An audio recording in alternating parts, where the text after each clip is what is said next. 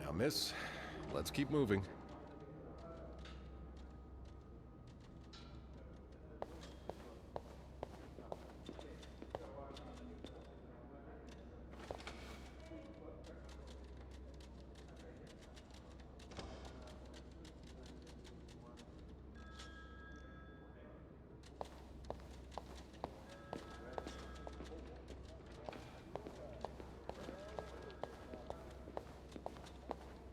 It's on your right. Here.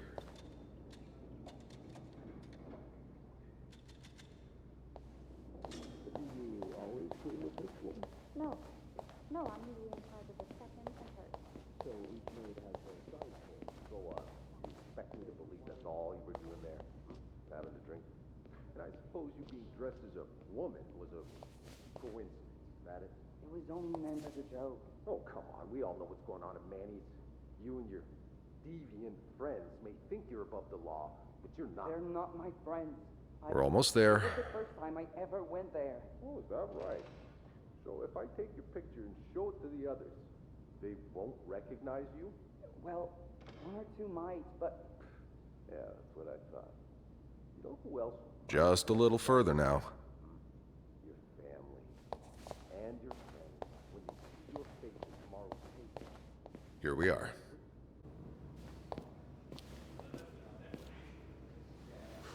Good luck.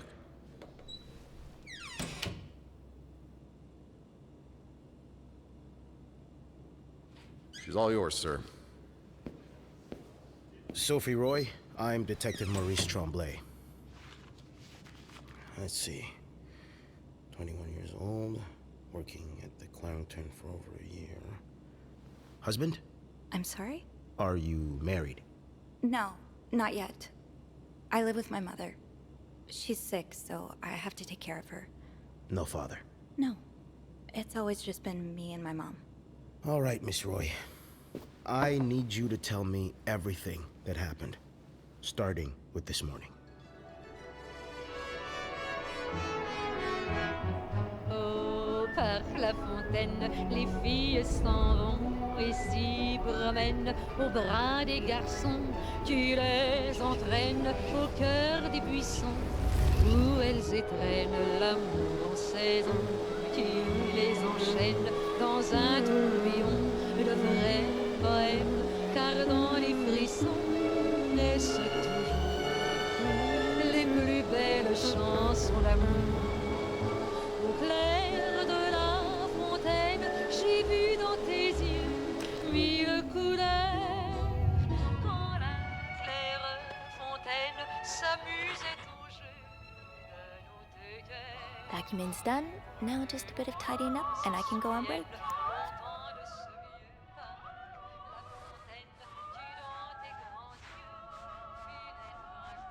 A bed's not complete without its pillow. A bed's not complete without its pillow.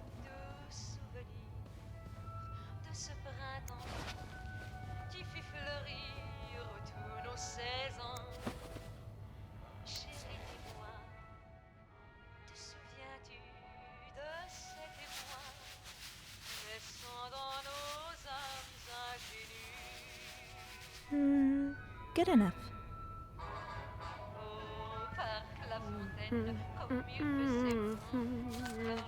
That's a lot of money to owe. Just what did you get yourself involved in?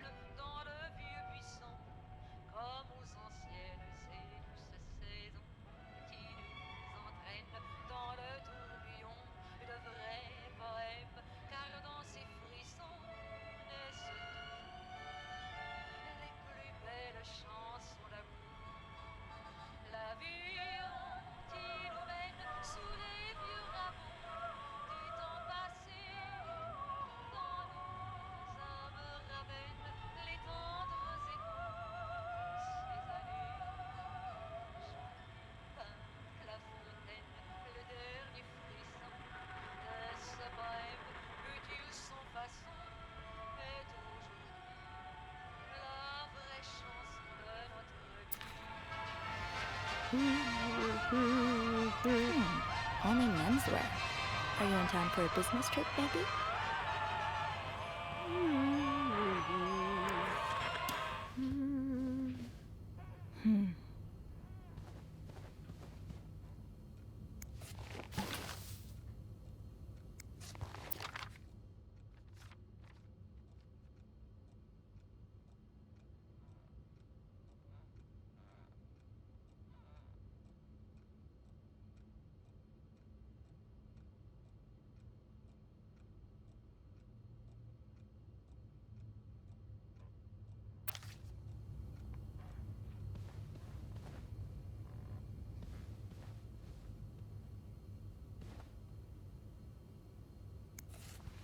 I'm guessing you've seen better days. But you're obviously still important to someone.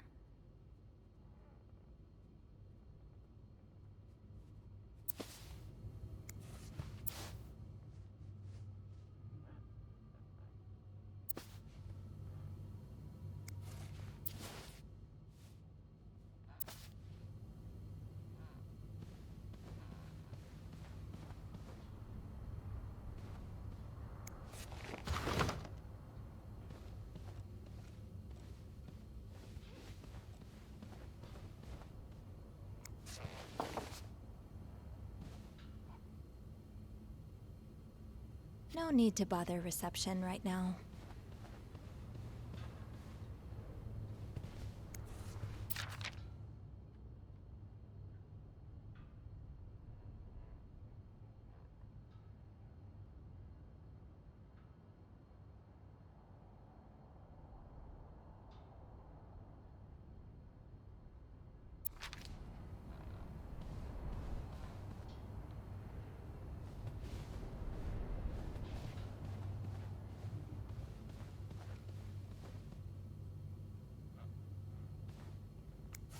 You brought your own mug?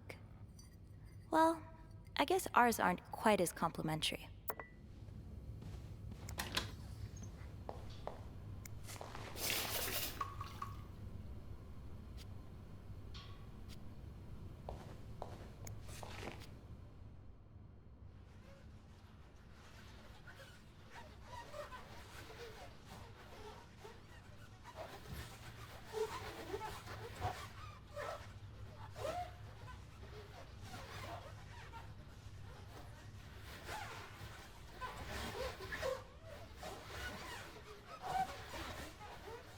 And voila, good as new.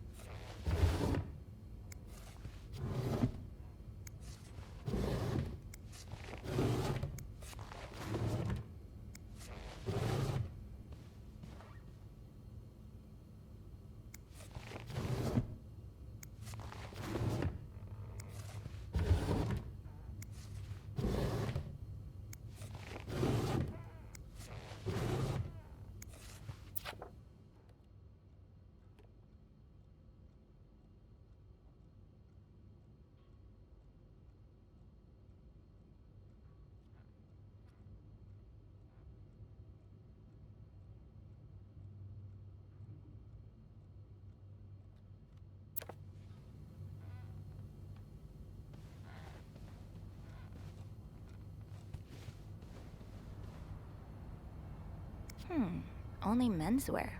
Are you in town for a business trip, maybe?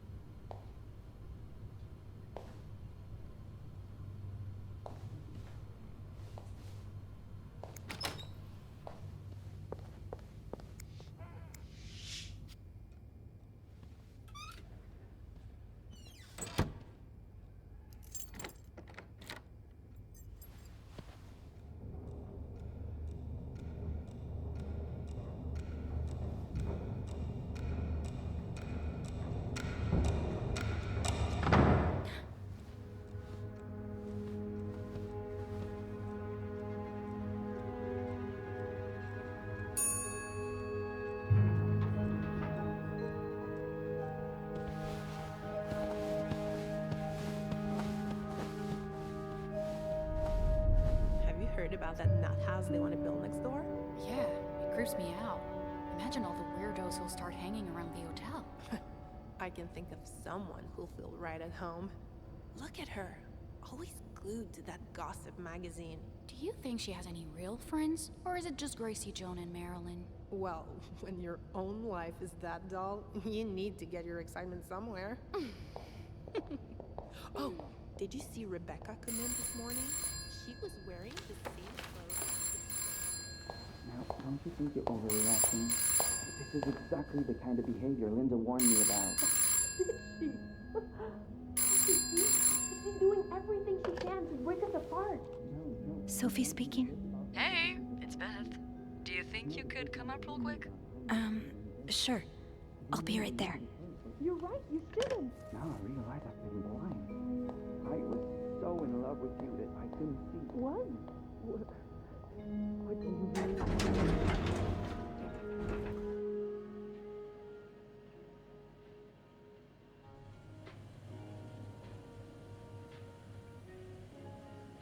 Let's see what Beth wanted to talk about. No tempting, but every penny adds up. Oh, shock. Leaving luggage in the lobby? Are you trying to get Bernard to kill you?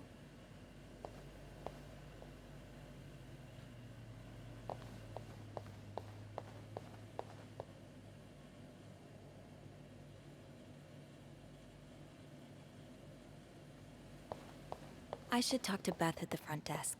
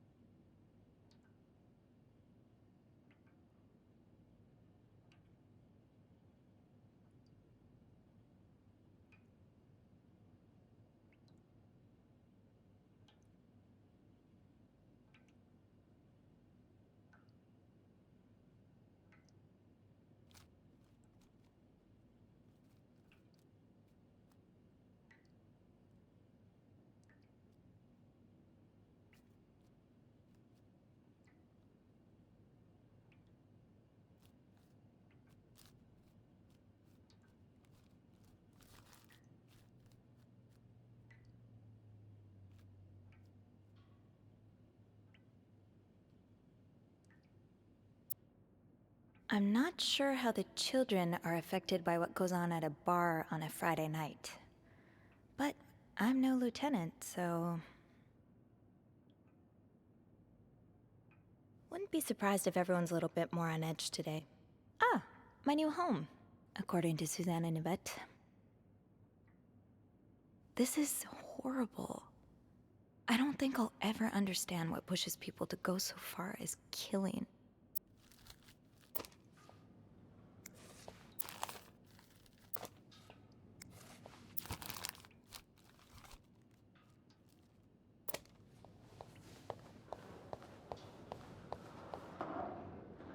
Poor Nicole. No one should be stuck cleaning up the reception hall after a ball, even if they did draw the shorts. Hey, Beth.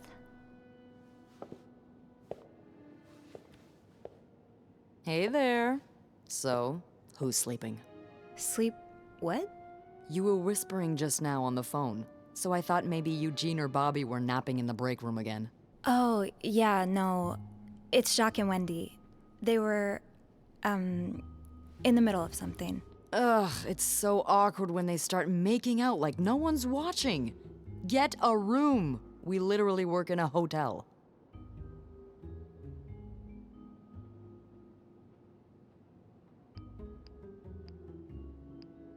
You said you needed me? Oh, straight to business then. Sorry, it's just a busy day. I get it. It's been non-stop for me this morning, too. Wanna guess why I summoned you here?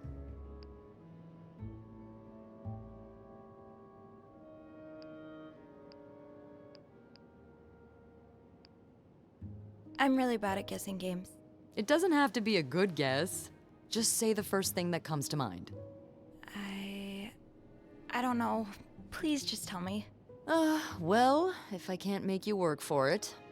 A nice gentleman decided it was time to redesign the lobby and helped us by knocking over that vase on his way out of the hotel. That's it? I would do it myself, but the last time I tried to leave the front desk, Bernard emerged from his lair to scold me about procedures and whatnot. Well, we can't have the beauty of the Clarington Hotel take absence from her throne, can we? Oh, the people would riot. Bernard especially.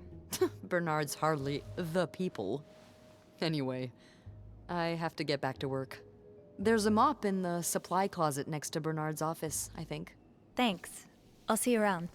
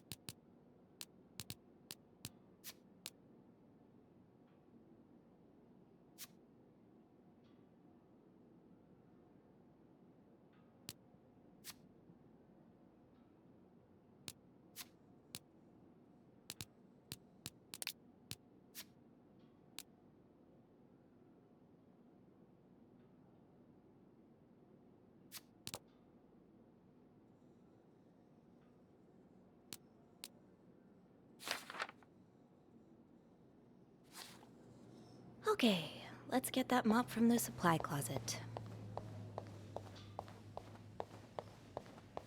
Linda, Wendy's great at her job. Guests absolutely love her and... Not just guests, apparently. Oh, God damn it, Linda! I only like her because guests like her. Making sure guests are happy is my job, after all. You don't seem to care whether I'm happy.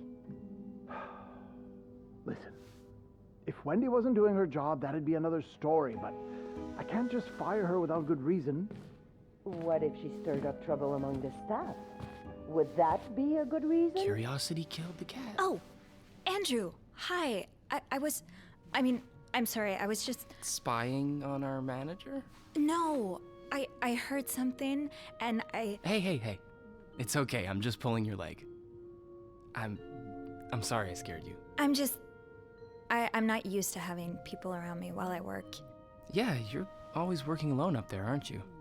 I actually think it's the first time I've seen you down in the lobby. Don't tell me you've been sent to clean up after the Valentine's Day ball.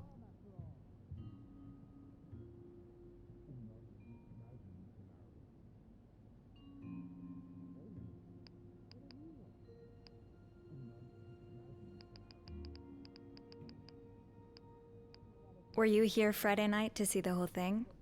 Yeah. They had someone in charge of the event, but she ended up crying alone in the stairwell, so I had to take over. What happened? Did it really go so wrong? It certainly didn't go wrong for the people enjoying the party, but for those sober around them, that's another story. Good God. I'm glad I didn't have to be there. I don't know how you do it. And I don't know how you handle cleaning up after other people all day. You must see plenty of weird stuff, right? Yeah. What's the weirdest thing you found in a guest's room?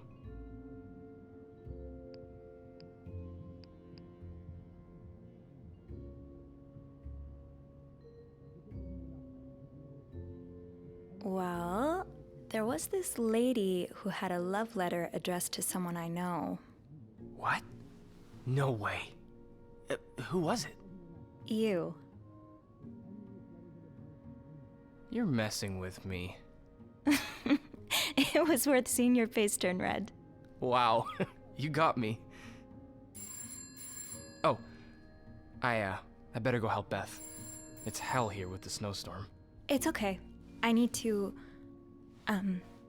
Yeah, alright. Take care. You too. As if it wasn't enough having to deal with endless letters of advice from Raymond. Raymond? What does he want? He wants me to lower room prices. Make sure the hotel stays accessible. Beth said there was a mop in the supply closet next to Bernard's office. Intel tables while we're out taking.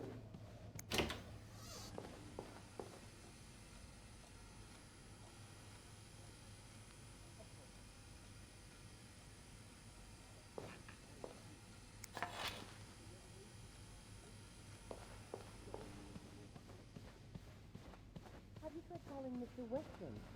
I have. I'm really sorry about that. I'll have a word with our kitchen staff to make sure it doesn't happen again. Well, that sounds a bit excessive, don't you think? Of course, of course. We're all grateful that your employer chose the Clarington for his stay, but... Okay, Sophie. Time to clean up that mess. All right, yes. I'll speak to my manager and see what we can do.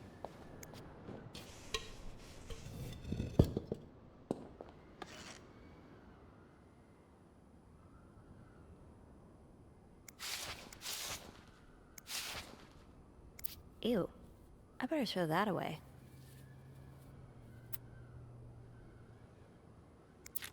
A film roll? The guest must have dropped it when he knocked over the vase. Probably should return it to him.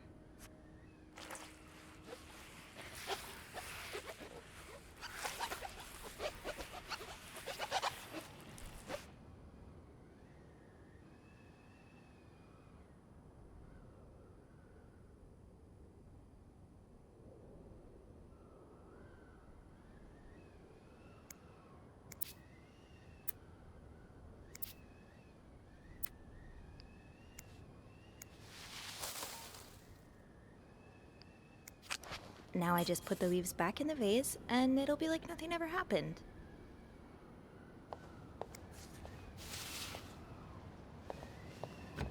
There's something so peaceful about looking out at a storm. From the inside. Where it's warm. And dry.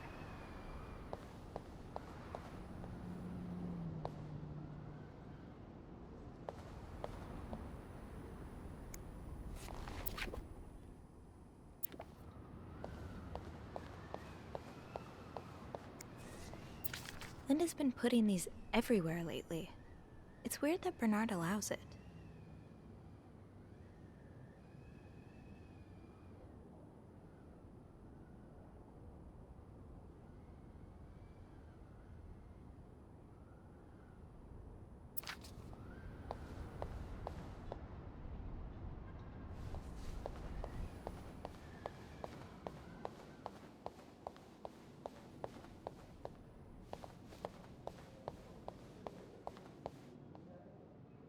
Chocolate mousse cake.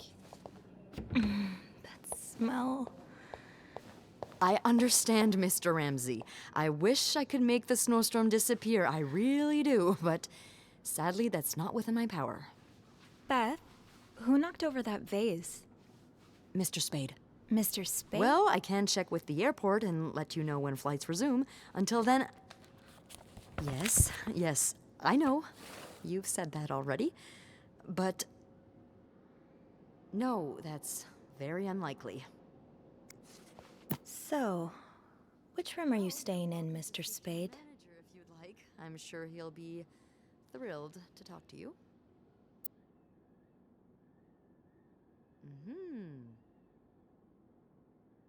Well, for that, you'd have to talk to my manager's manager. Would you like to contact him? Sadly, he doesn't have a phone. He's a bit of an old-fashioned fella, if you know what I mean. Room 505. Yes, certainly. Great. That's on my floor. I can return that film roll without going out of my way. Kneel down, all right? Then you clasp your hands together and think really hard about just how much you want this... Room 505. Great. That's on my floor. I can return that film roll without going out of my way. I'm sure Bernard still leaves these around the front desk? To your Guess he didn't hear Beth when she swore she'd burn the place to the ground next time she had to suffer through one of his sermons. I never dare. No, I'm dead serious. If anyone can make the snowstorm end, it's him. Hello? Sir? Oh well.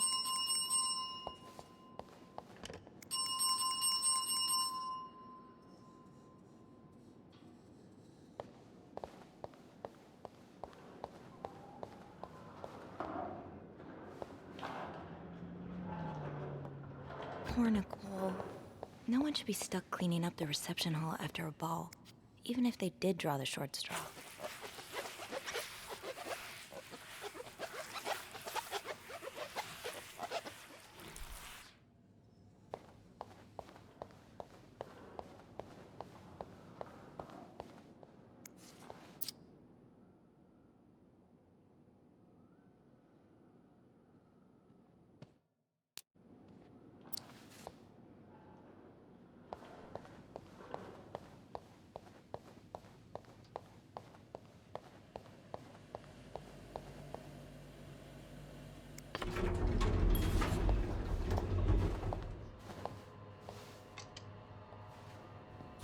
Hold it, please. Phew, made it. Thanks. You're welcome. Was it you who cleaned the puddle by the restrooms? Was I not supposed to? Well, Eugene asked us not to touch anything until he's repaired the leak, but it's probably safer this way. Someone could have slipped on it. Which floor? Oh, 6th. Thanks. What's the big rush? I need to bring this to our VIP guest, the one who rented the entire floor. Oh, is it that British man I keep hearing about? Why does he need a bucket full of snow? No idea. I don't even ask anymore. It's just the latest in a long series of strange requests. What do you reckon he'll do with it? Take a bath, maybe? Sometimes I wonder if he's just pulling an elaborate prank on me. Can't you tell me who he is? I've never actually met him. I always talk to his assistant. Only Bernard knows his identity. Oh. I do have a suspicion, though. Oh? But I'm not sure I should say it. Can't you at least give me a hint? Okay, let me think. Whew. Saved by the bell. Hey, come on. Don't leave me hanging. Let's just say I like to prolong the suspense. Wait. Is that the hint? Who knows? Fair enough. Have fun up there. You too.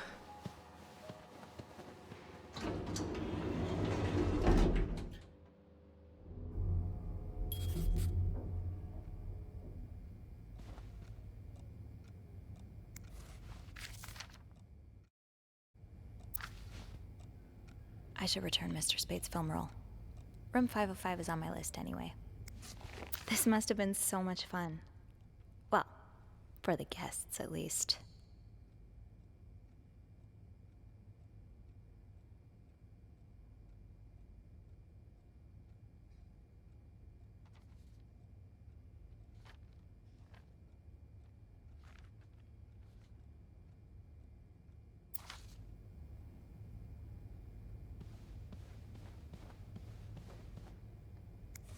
Does carrying this everywhere really make us better maids? Bernard seems to think so.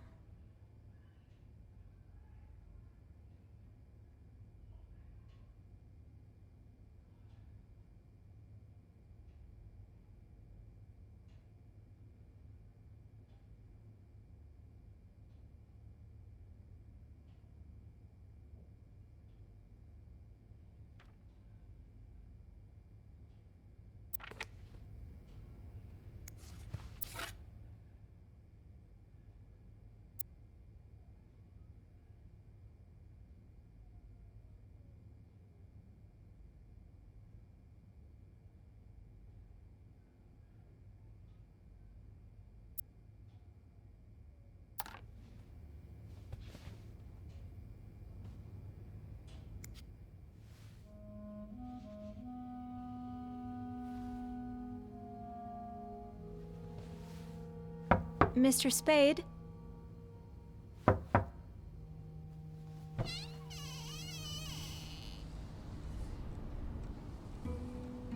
Mr. Spade?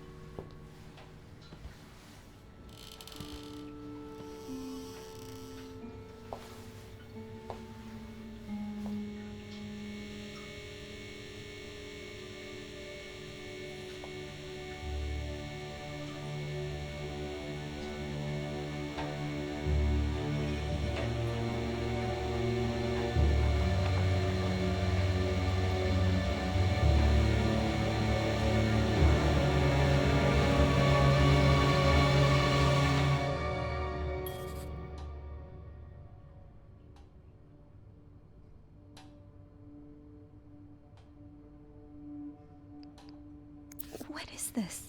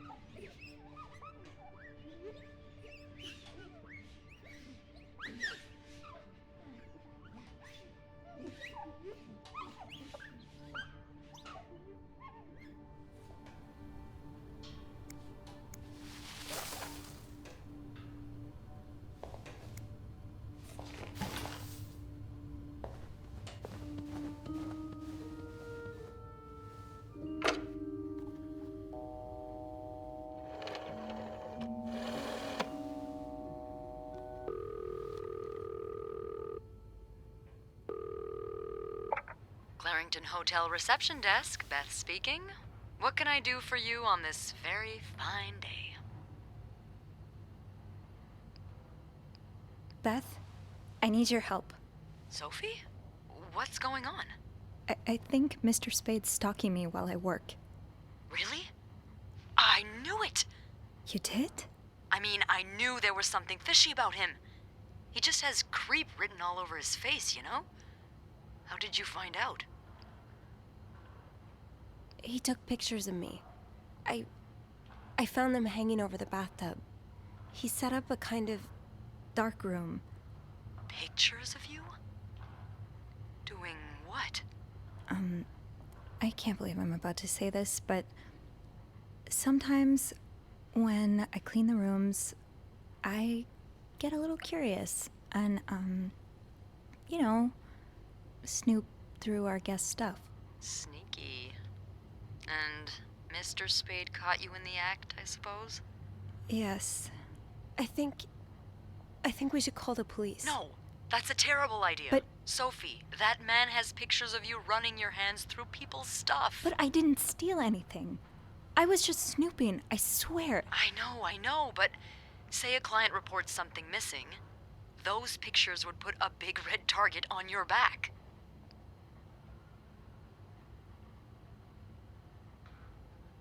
I could always throw them out. Yeah, not your worst idea, but you found the pictures drying over the bath, right? Yeah?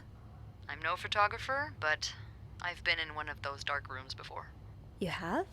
Yeah, I modeled for a while. Anyway, what I'm getting at is, those pictures were developed recently, but it doesn't mean there aren't more elsewhere. Well, I didn't look through the entire room, but there is a safe here. I bet you anything there'll be more pictures in there. Do you have the safe combination then? I'm pretty sure it's locked. Give me a minute.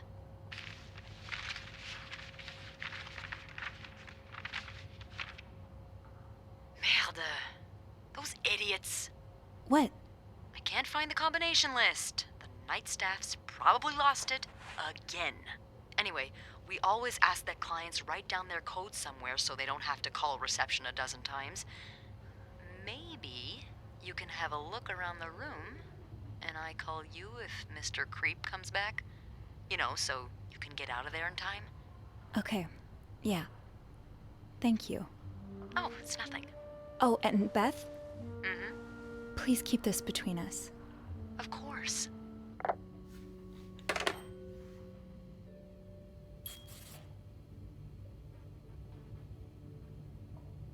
Okay. If reception gave him a code, maybe he wrote it down. Somewhere.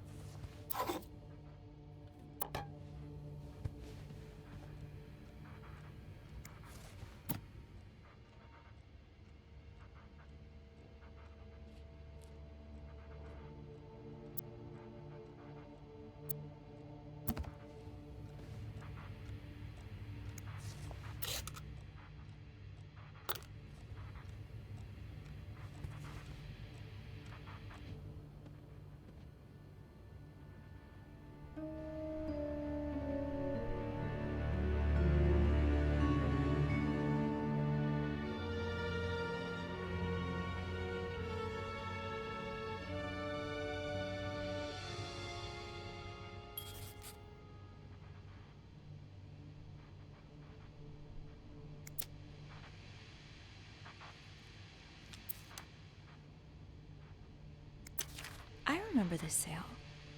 I picked up that new winter jacket for Mom.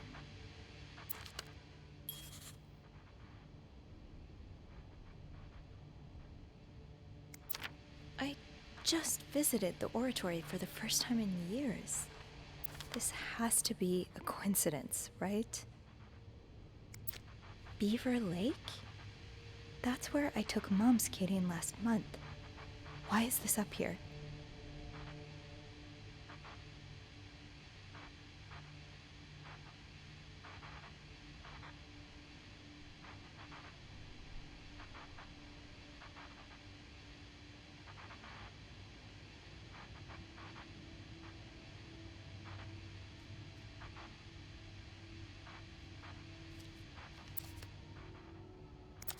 Harry's diner, too.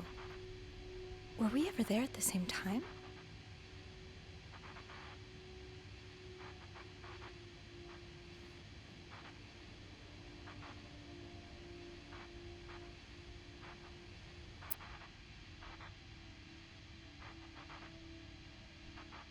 You didn't strike me as much of a doodler.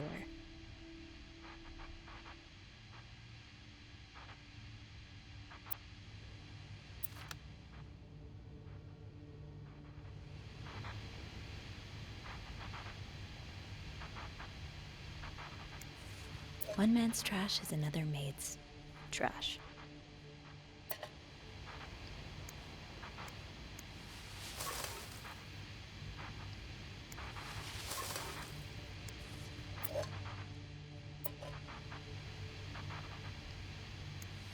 I hope you weren't eating those beans.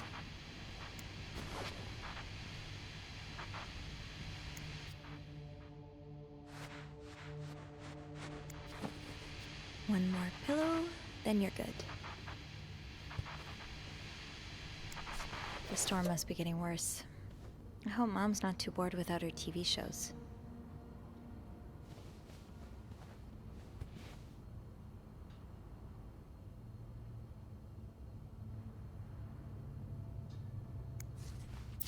I'd forget my own head if I didn't write everything down. I guess we have that in common.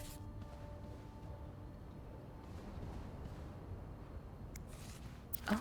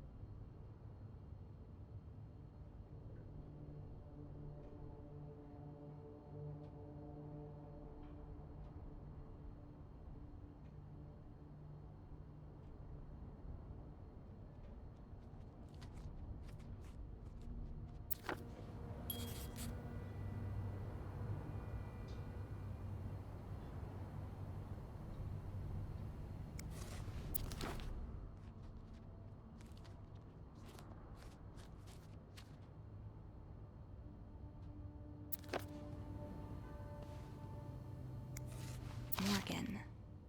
Is that your real name? Why did you check in under Mr. Spade?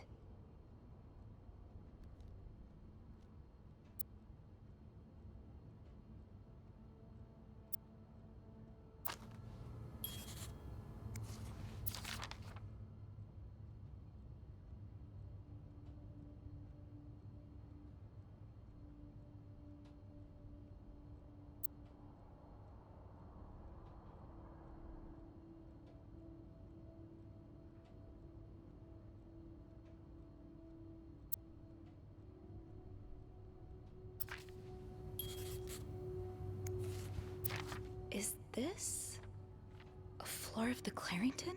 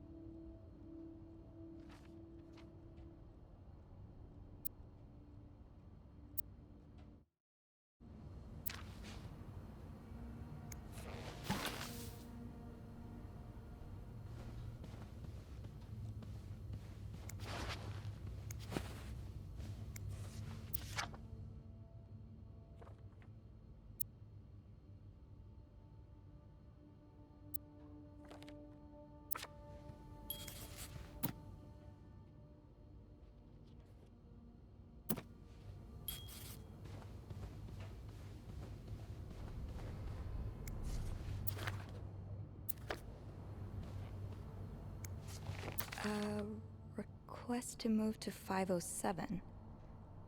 Why did you want to change rooms?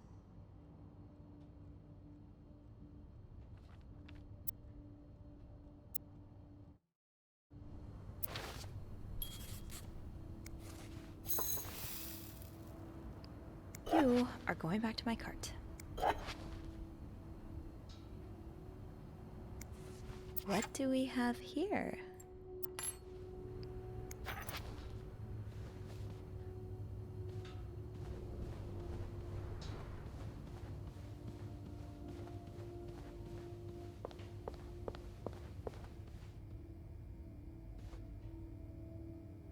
I'm sure I'll find more laundry to add to the pile. Another day, another dirty dish to pick up.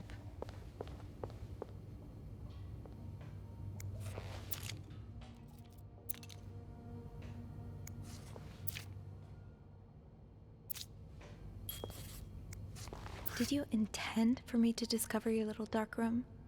Or did this just fall down?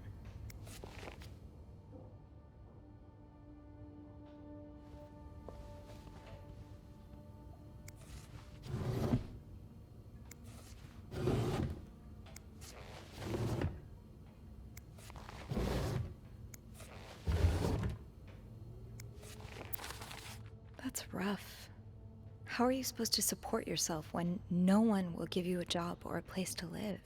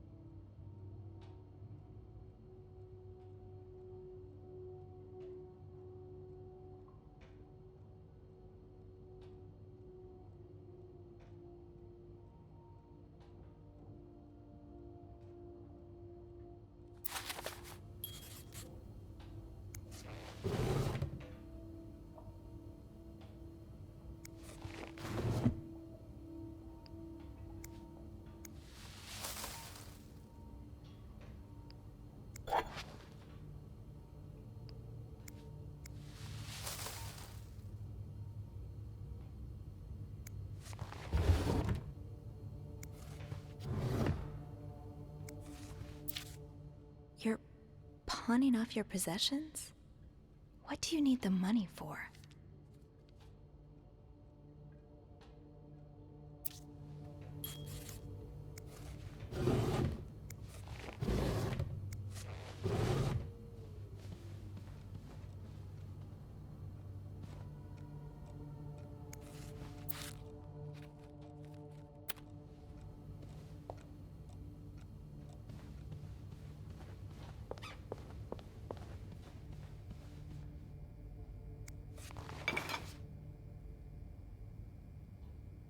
Another day, another dirty dish to pick up. I need to find some clues to decipher that code reminder.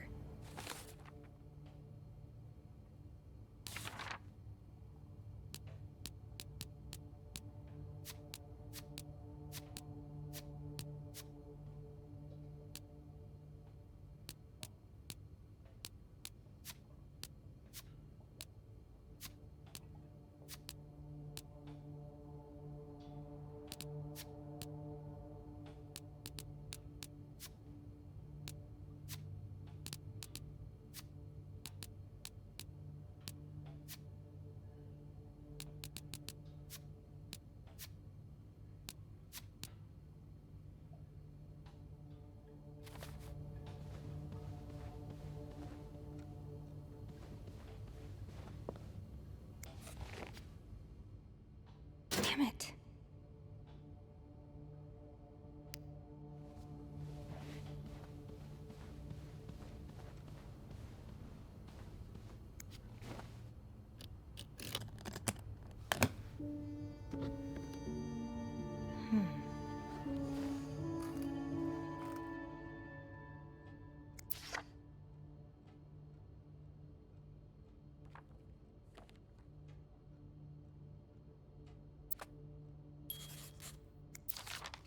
You spent 10 years in a psychiatric hospital. And it looks like you left with a long list of diagnoses and prescriptions.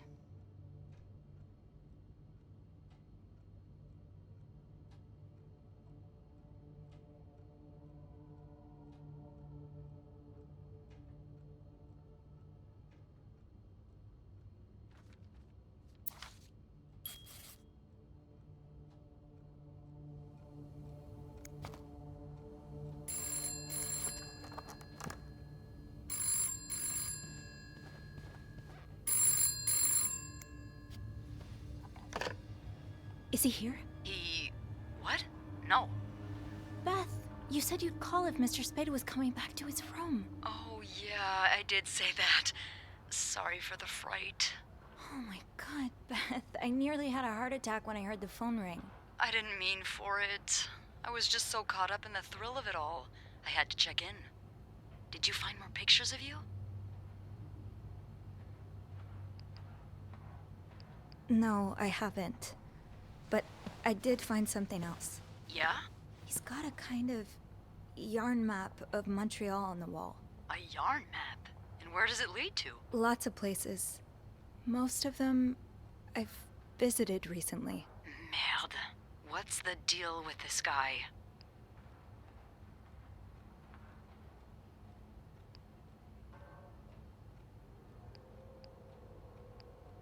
I think he may be using an alias. I found some evidence that points to his real name being Paul Morgan. Well, he's certainly not the first man to check into a hotel under a fake name.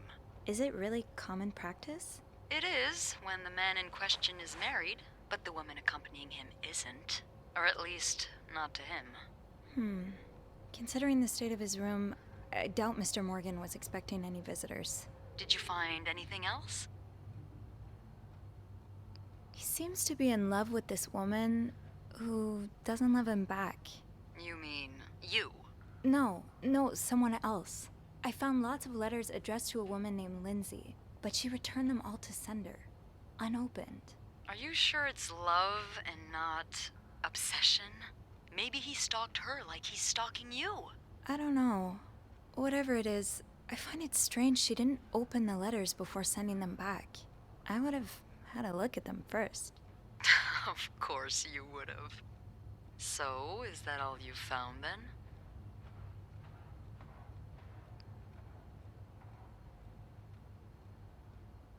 He has this book with, underdressed women on the cover.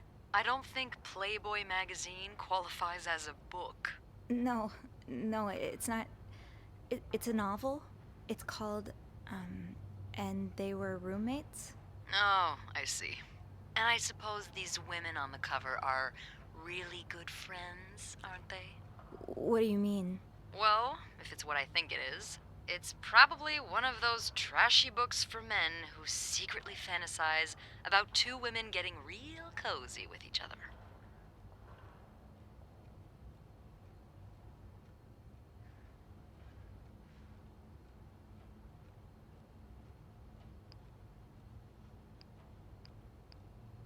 Have you ever read one? Yes, they're awful. I thought Andrew was the book expert. Oh, he definitely is an expert on everything you'll find in a nice little bookstore. As for me, I'm more the every weird thing you'll find at a train station expert. Did you find anything else on Mr. Morgan?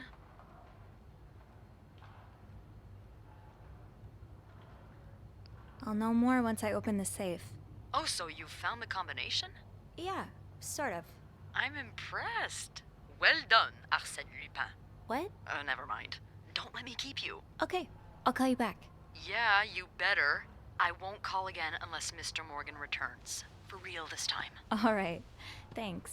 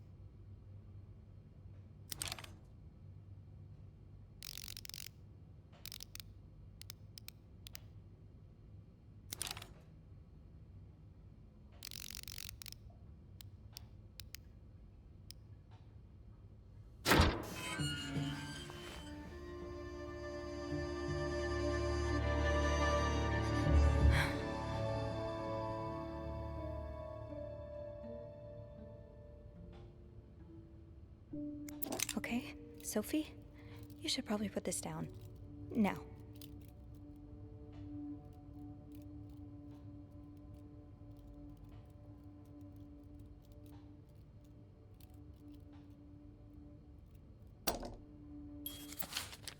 M and H. M and H. Who are they? Are they guests here?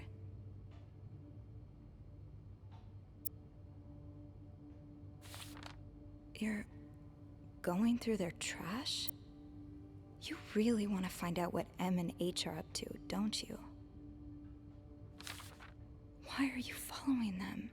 And who's sneaking out at night? So many questions.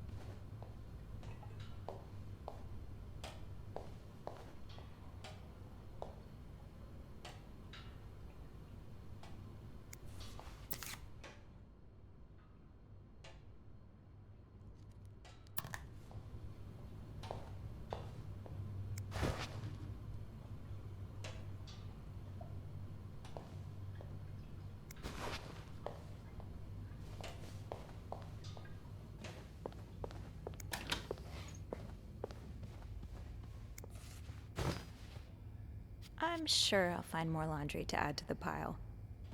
M and H. Maybe Beth could find them in the logbook.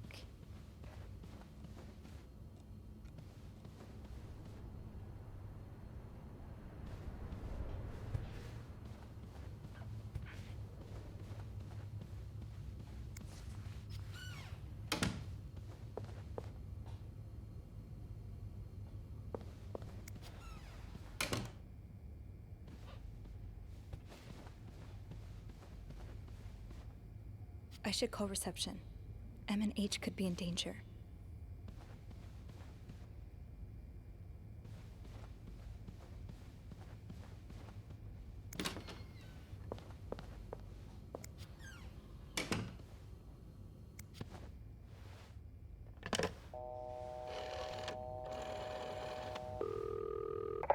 Clarington Hotel reception desk, Beth speaking.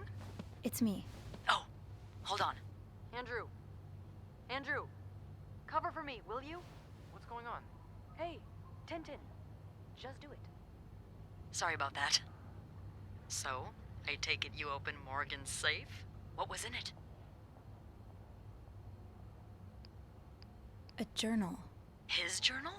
Does he say why he's stalking you? No, but it seems he's stalking 2 other people as well. Oh, who are they? They're guests. I don't know their names, though. I was hoping you could find them in the logbook.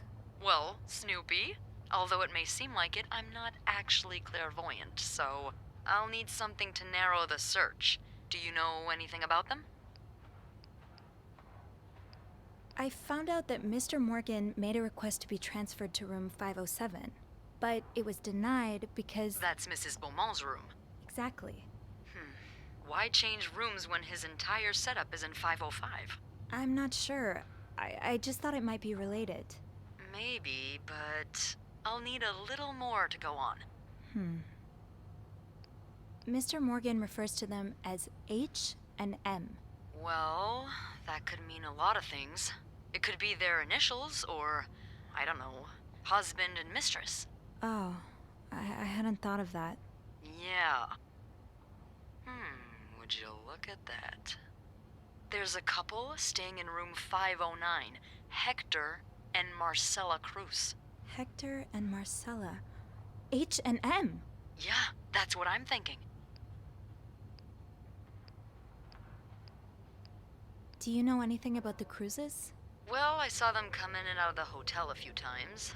Called a taxi for them once. The missus does the smiling and the other frowns a lot. Nothing to write home about.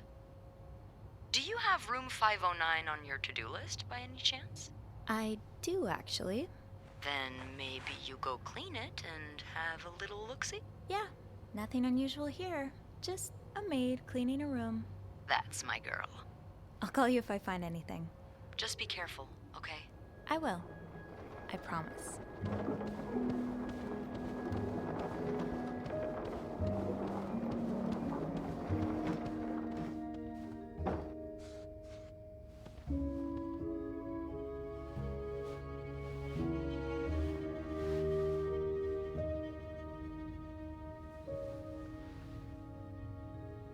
I must have forgotten my keys in the break room again.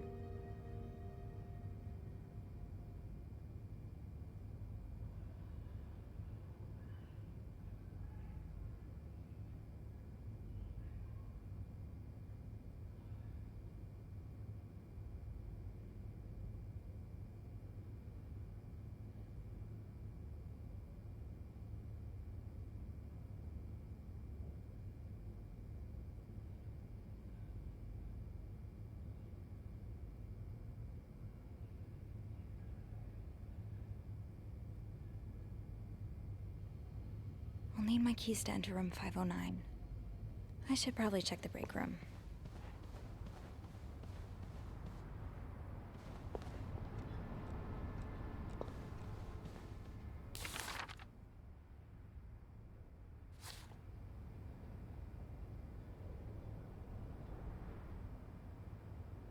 Blocking the stairs seems dangerous. What if the elevator breaks down again? Come on, Sophie. Come on, Sophie. That door won't magically unlock just because you want it to. I need my keys.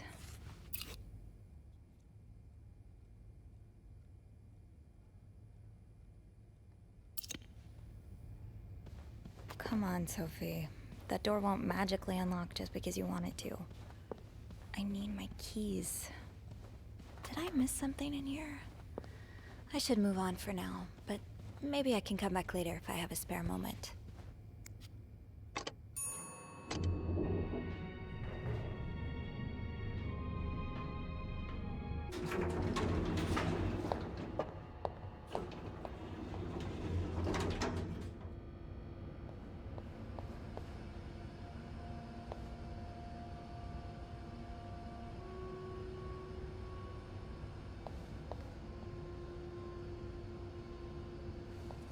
I had my keys with me during break.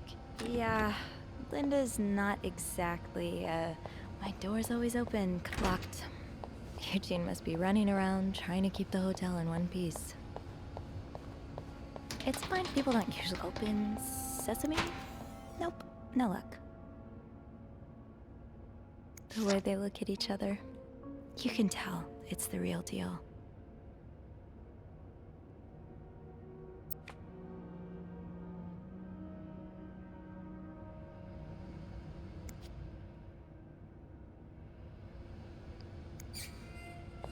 Off limits. Did I remember to punch in this morning?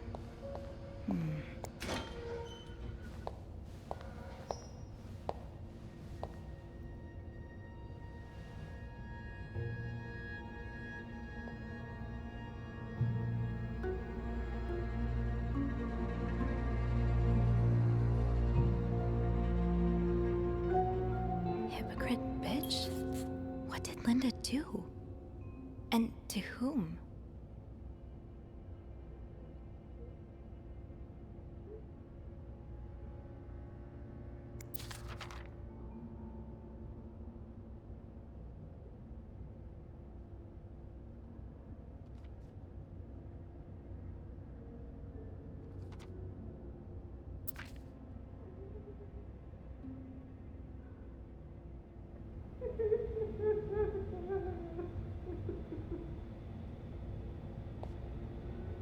That'll do. I'll just have to make. Wait, what am I doing? I need that key to enter room 509. Linda, you're not even trying to hide the daggers in your eyes.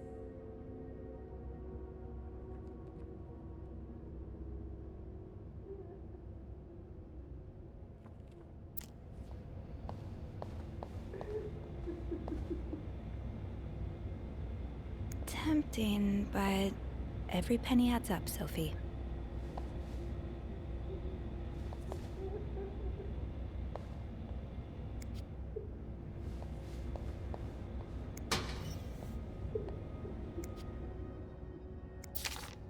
Yvette's and Susan's favorite activity, talking behind other people's backs.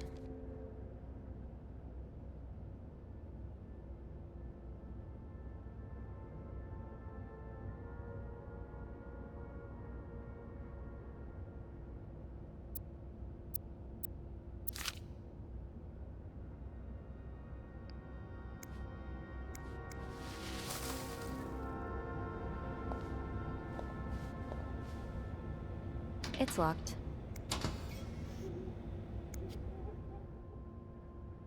This goes beyond constructive criticism. It's just a personal crusade.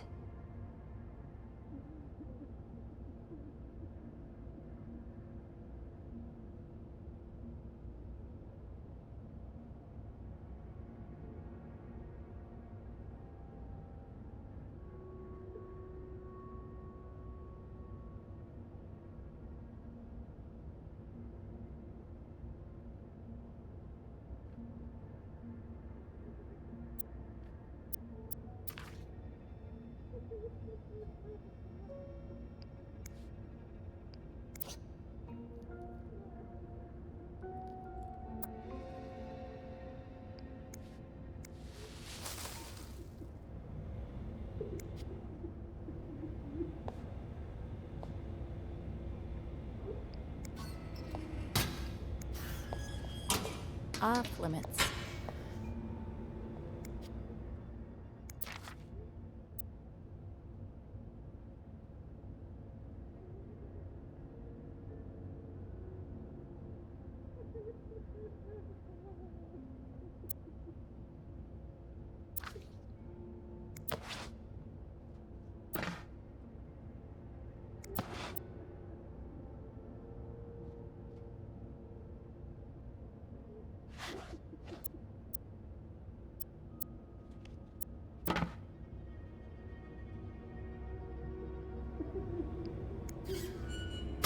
It's locked.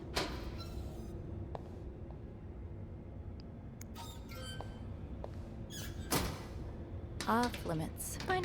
Keep your secrets, locker.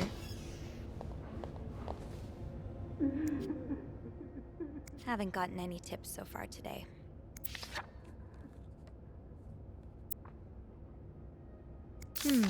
Being recognized for doing a good job. That feeling never gets old.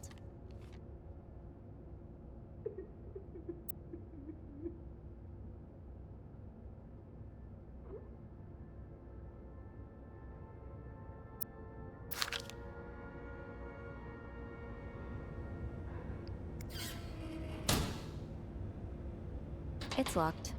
Open sesame? Nope, no luck.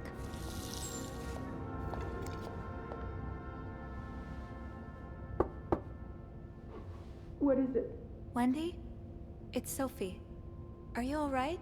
Do I sound alright? No, I guess not. Just leave me alone. I don't want to talk.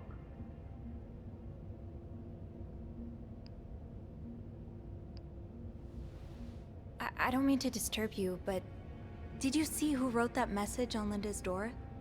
What? The lipstick message. Do you know who wrote it? I have no idea what you're talking about. Please, Sophie, just go. All right. Okay.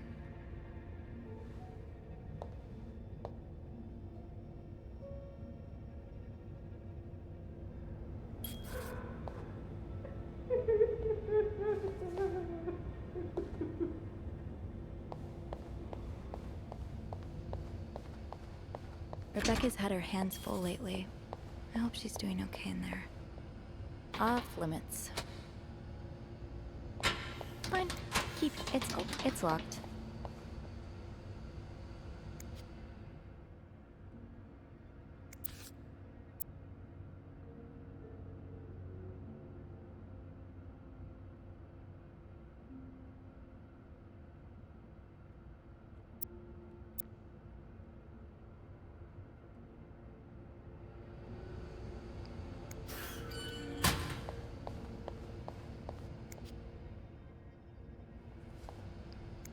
I should be able to open 509 now.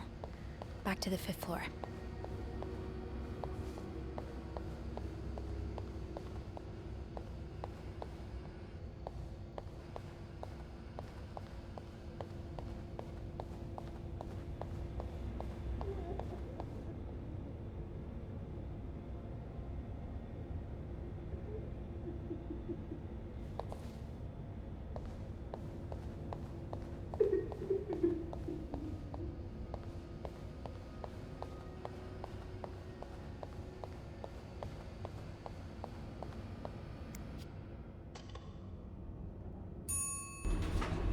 Hey, you. Oh, hey, Beth. On break already? Sadly, no. I have an express delivery to make to the 6th floor. Isn't that Jacques or Andrew's job? Well, they're both busy, so... What about you? I thought you'd be in 509. I'm heading up now. I just had to grab Linda's master key before I could continue our... investigation. Oh, I see. Well, this has been quite the day so far, hasn't it? I can't remember the last time work was this interesting. Yeah, that's definitely one way to put it. That's not all, though.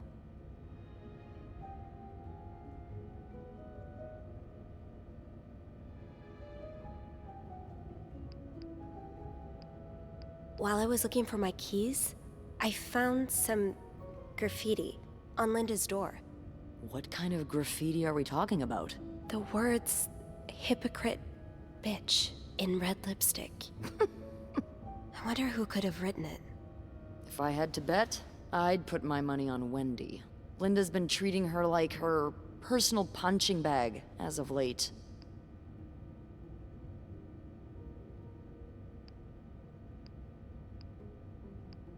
I get Wendy's frustrations with Linda, but vandalizing her door? Isn't that a bit much? Sorry, but Linda's lucky to get away with just lipstick on her door. I would have done worse. I know she can be harsh, but it can't be easy dealing with Bernard. She must be under a lot of pressure. Maybe Wendy should have tried talking to her instead. For that to happen, Linda would first have to make herself seem like a rational, approachable person who can be talked to, and not a raging, unstable harpy. You know, I don't know how you do it, Sophie. Maybe it's because my empathy only goes so far, but I admire that you're able to feel for just about anyone.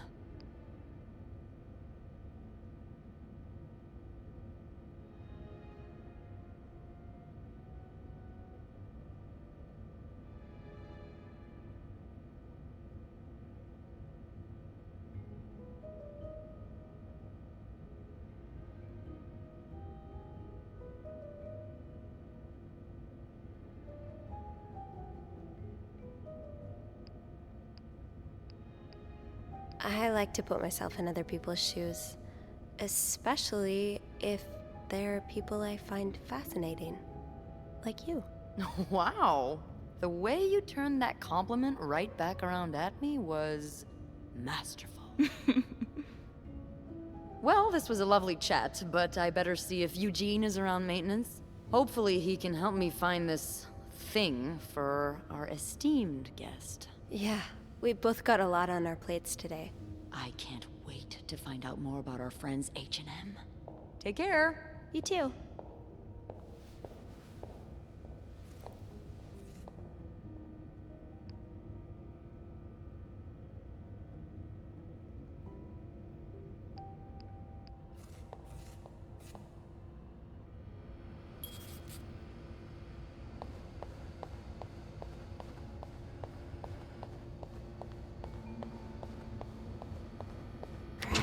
The master key only unlocks the guest's room.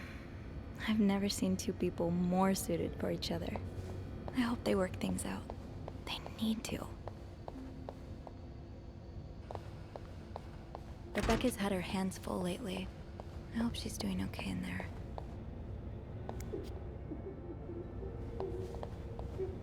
I really should give Wendy some space.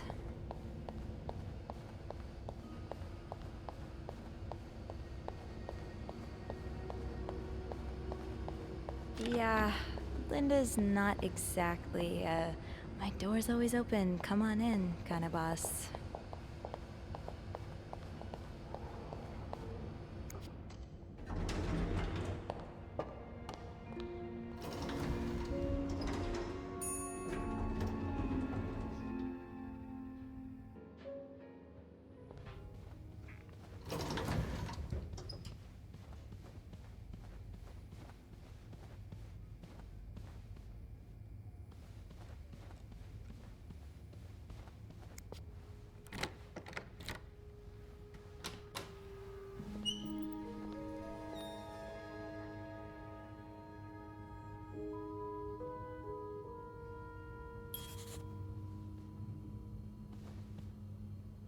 I'll hold off on throwing this out just yet. The food's practically in one of our more expensive bottles. Was there a special occasion?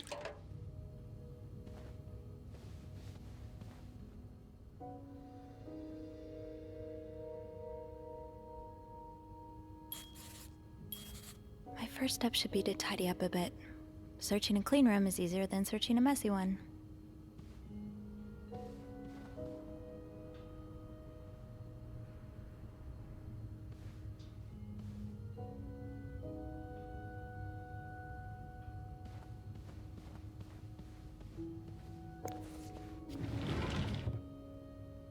No combination, no entry. Looks like someone had quite the shopping spree.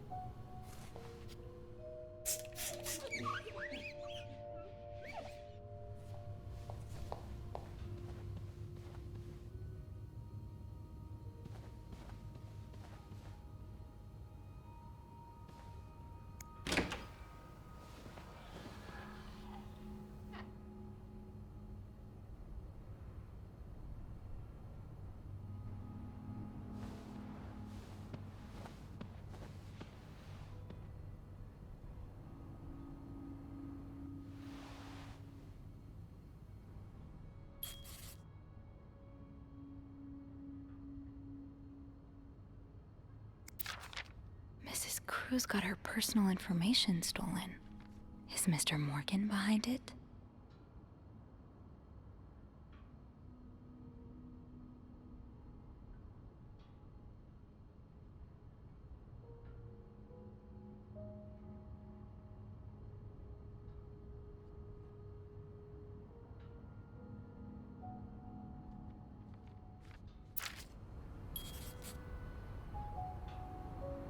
Locked. It looks like the code is made up of 4 letters.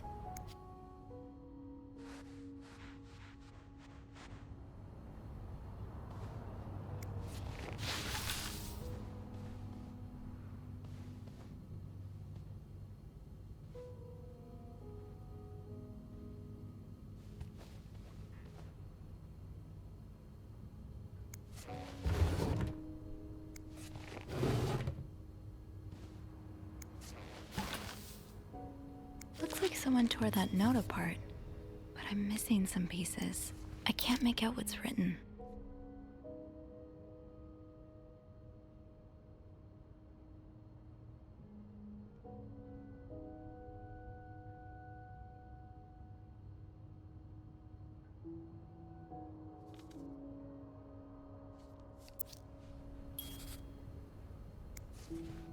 This looks right up Andrew's alley. I wonder if he's read this one.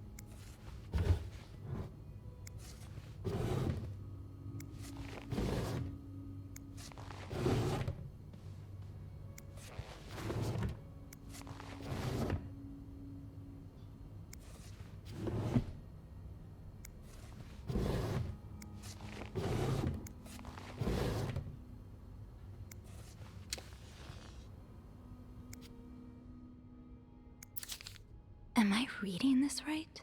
The account's been emptied.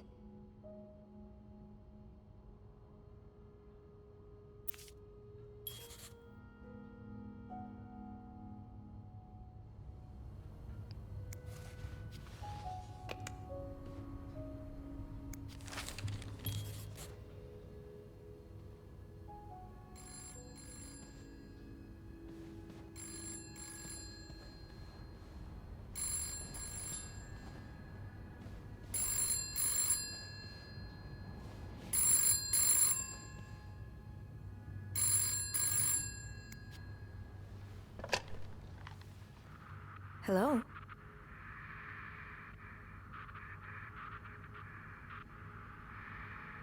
Hello? Beth? Is that you?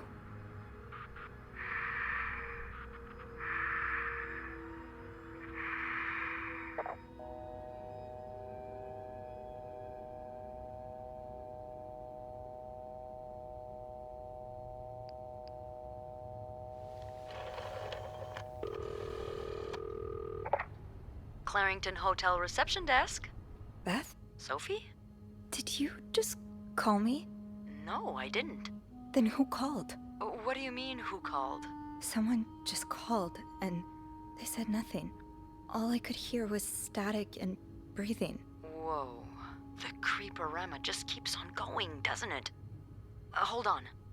Hey, Archie. What's up? Give me a second, Sophie. Okay, so turns out Archie here patched a call through to 509 moments ago. Did he recognize the caller's voice? You think it might have been Mr. Morgan? Yeah. Let me ask. Okay, so it was a man's voice, but he can't be sure if it was our creep. Did he notice anything else? He says he heard a faint bell in the background. It sounded like the elevator's bell, so he assumed the caller was one of our clients. You didn't see Mr. Morgan come back to the hotel, did you? No. I understand why you're creeped out, but I don't see how he could possibly know you're in 509. I didn't say a word to anyone. I know you didn't. Can you ask Andrew not to patch any calls here for a while? Trust me, I will. Thanks.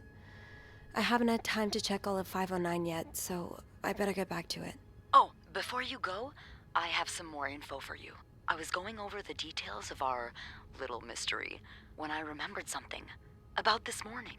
What is it? I saw Mrs. Cruz rush out of the hotel, all by her lonesome, not too long after Mr. Morgan knocked over that vase in the lobby. Really? Do you know what time it was exactly? I think Mr. Morgan left around 10, so I'm guessing between then and 10:05? What? I remember hearing a loud noise on the 5th floor right around that time. Like a door slamming really hard. Do you think it was her? Maybe.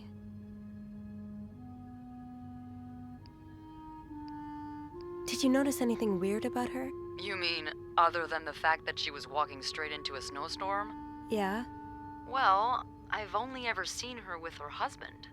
It seemed unusual that she'd be leaving alone. But now that I think about it, maybe she was sneaking out. Or following Mr. Morgan. Yeah. Hopefully I can make sense of all of this. I'm sure you will. Call me as soon as you find something. Okay. Thanks for the info.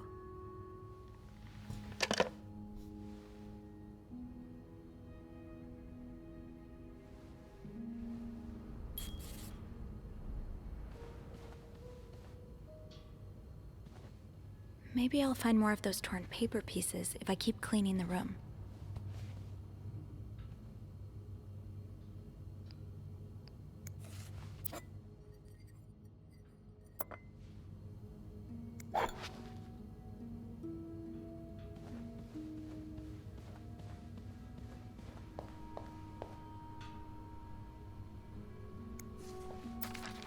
These are lovely. I wish you'd had more confidence in yourself.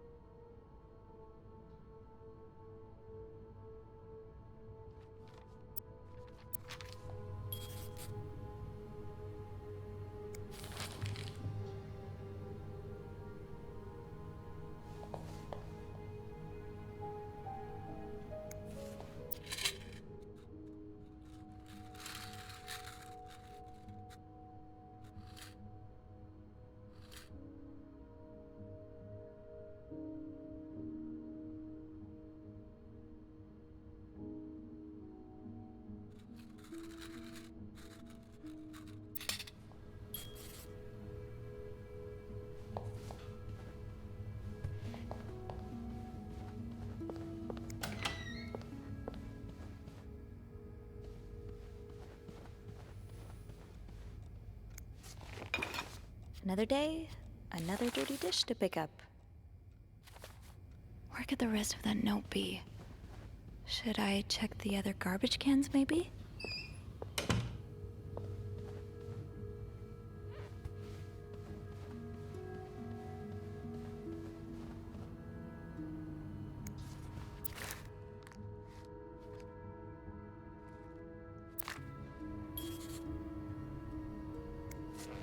Wow, you look like a couple out of a magazine.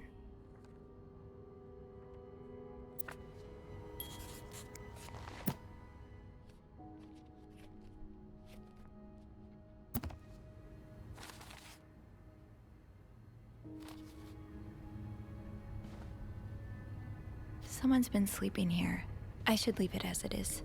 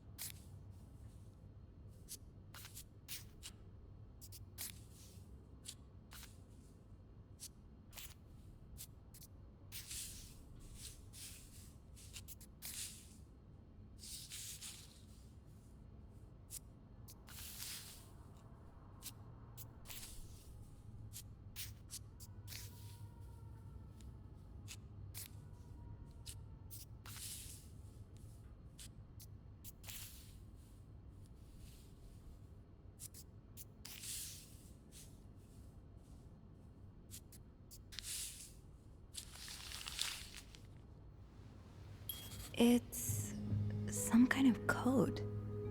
Could I break it?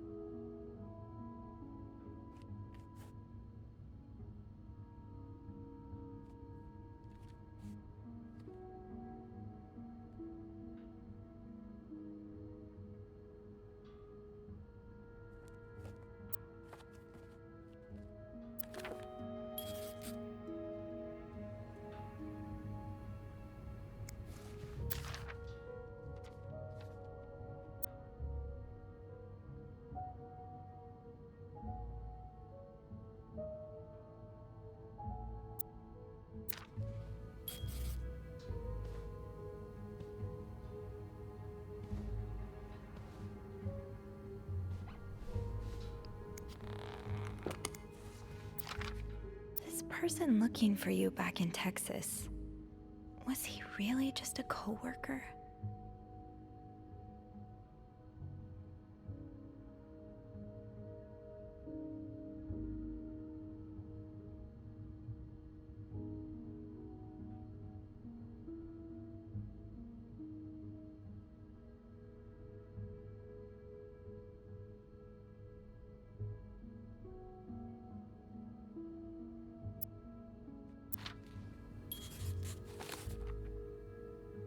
I should keep an eye out for those symbols.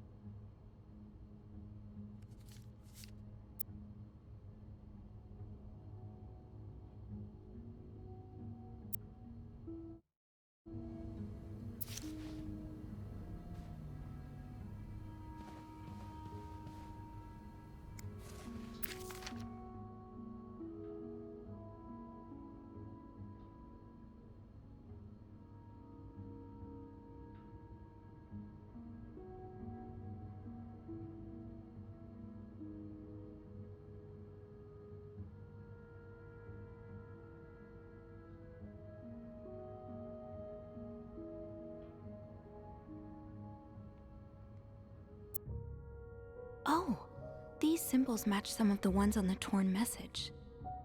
That's one of the symbols.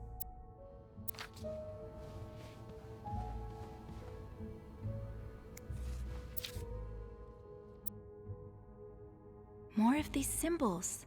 Just what I was looking for. Yes, these are part of the same set. I think I can use this.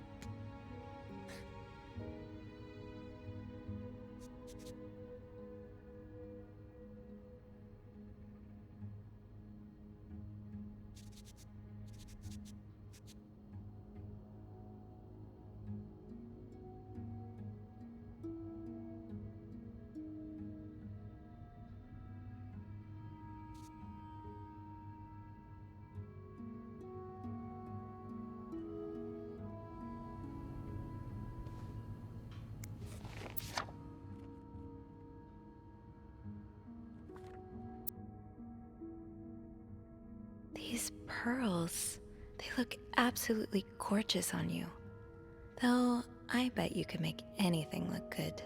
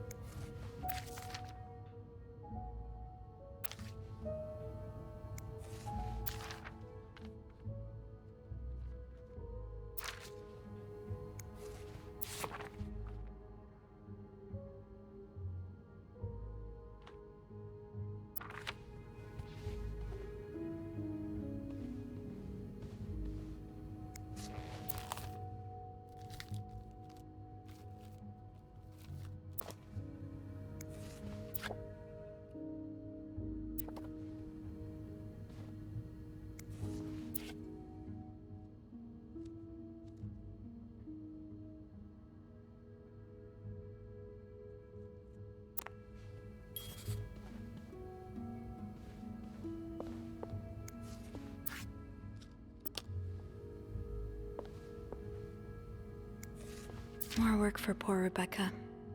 Hang in there, Reb.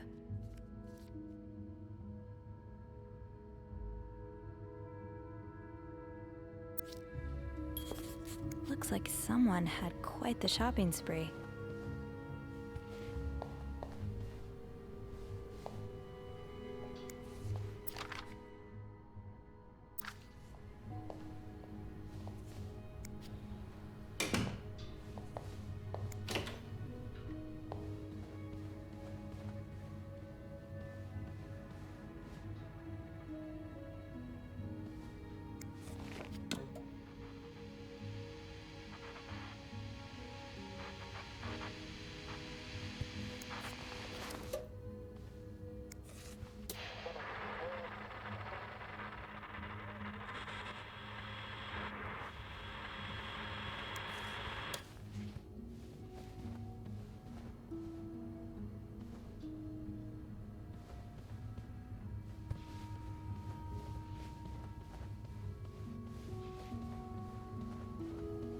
Definitely seen those symbols on some of the things in this room.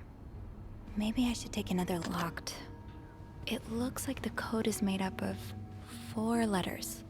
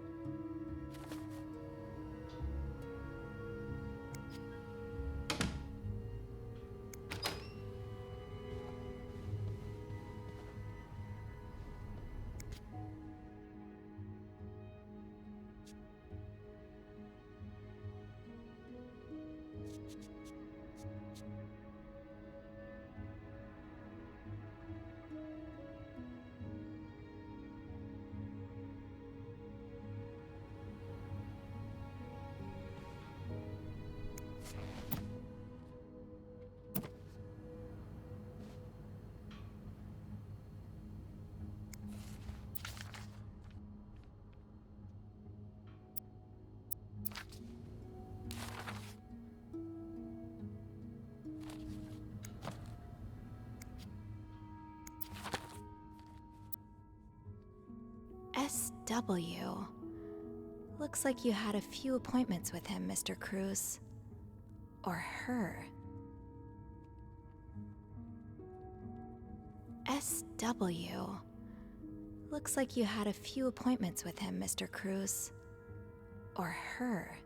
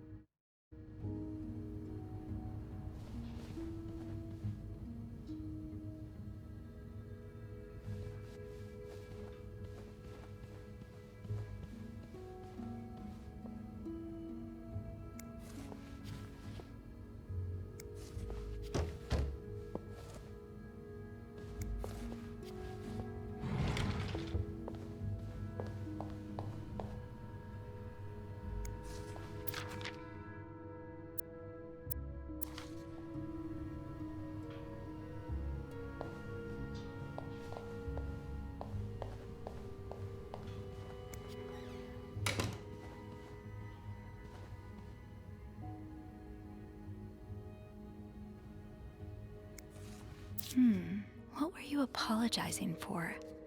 And were you forgiven?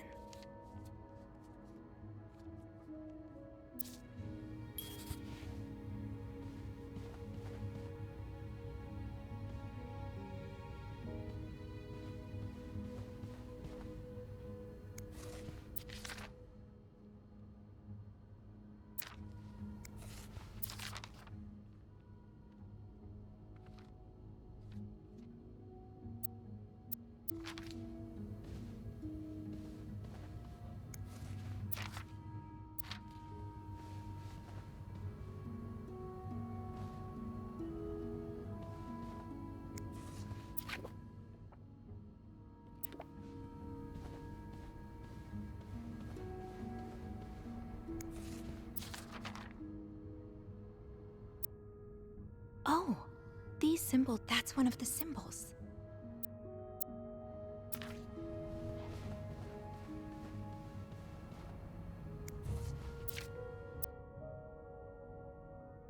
Yes, these are part of the same set. I think I can use this.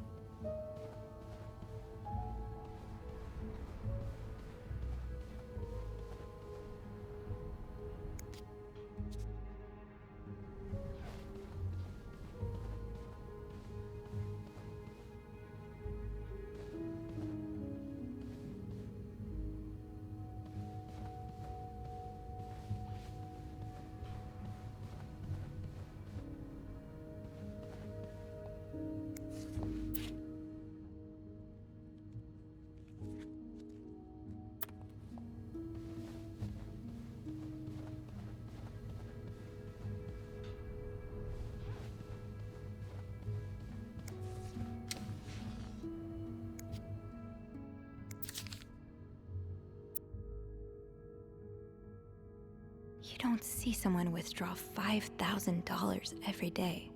Just what could have made you empty out your entire bank account?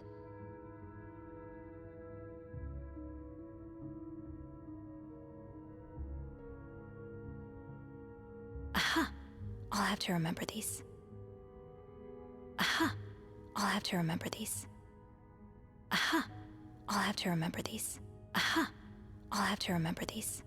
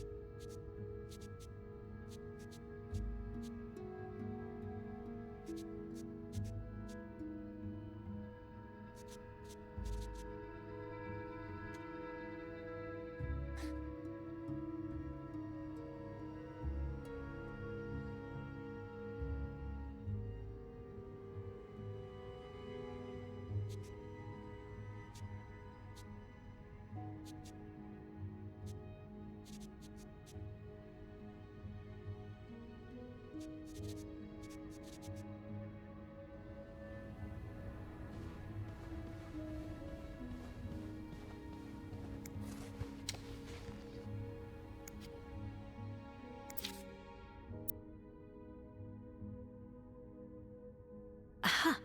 I'll have to remember these. Aha! I'll have to remember these.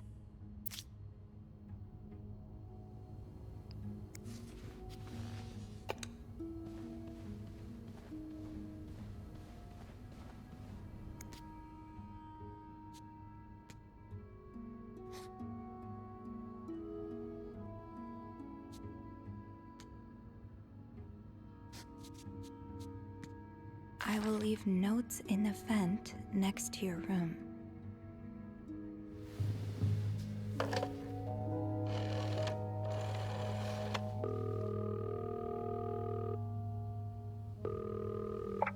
Clarington Hotel reception desk, Beth speaking. Hey Beth, it's me. Hey, so, how did the snooping go? Find anything? I did. I found a message written in strange symbols. A kind of secret code. A secret code? Well, spill the beans. What did it say? I will leave notes in the vent next to your room. In the vent? Who the hell does that? I don't know, but whoever the message was intended for went through a lot of trouble to hide it. It was torn in 12 pieces and scattered in 3 different trash cans.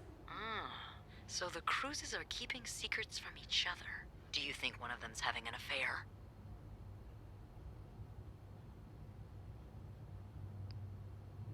I don't know. It really looks like blackmail. Blackmail? What makes you say that? I found a bank statement belonging to Mrs. Cruz. Her account was emptied very recently. Ooh, that's interesting. But it could mean a lot of things. What do you mean? Well, people need their money, especially when they're traveling. Although I have to admit, withdrawing all of it does seem a bit strange. Is that all you've got to back your theory?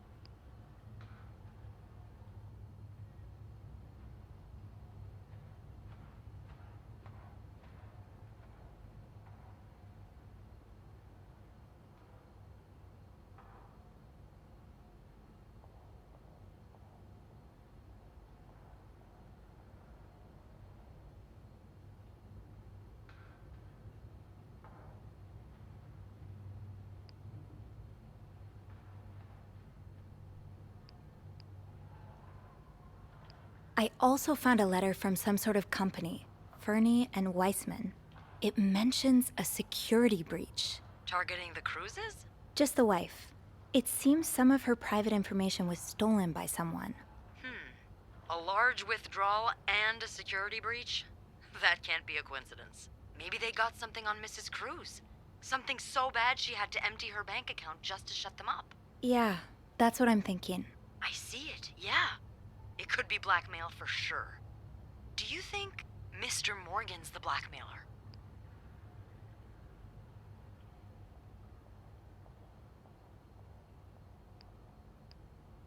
What if the Cruzes hired him to find the blackmailer's identity?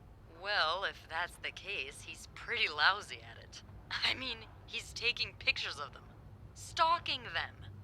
I'd call that following the wrong target.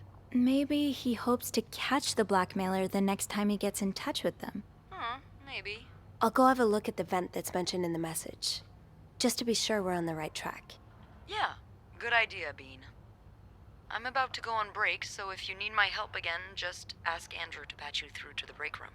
All right. Enjoy your break. Oh, I will.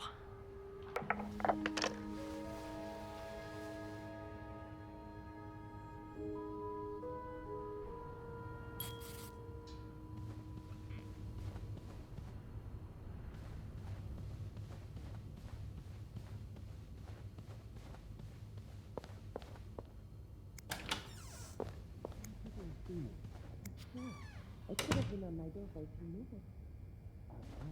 An hour? Christ. Now's probably not a good time to disturb Bernard. Wendy?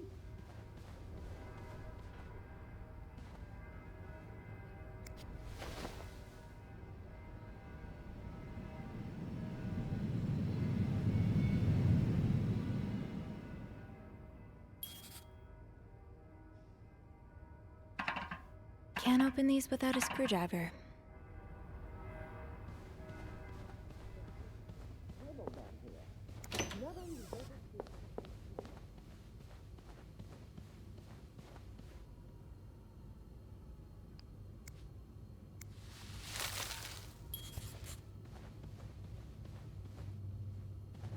I might be able to find a screwdriver in the janitor's closet.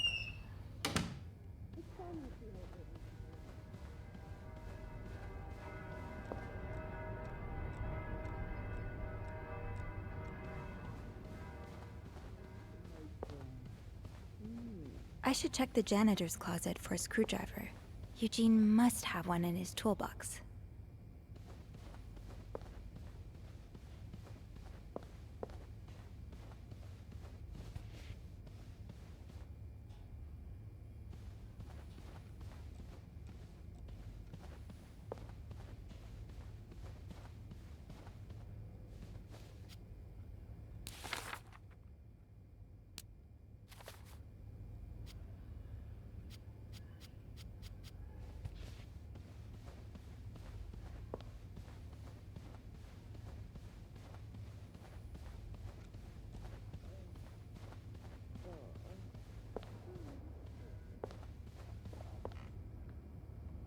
Now's probably not a good time to disturb Bernard. Now's probably not a good time to disturb Bernard.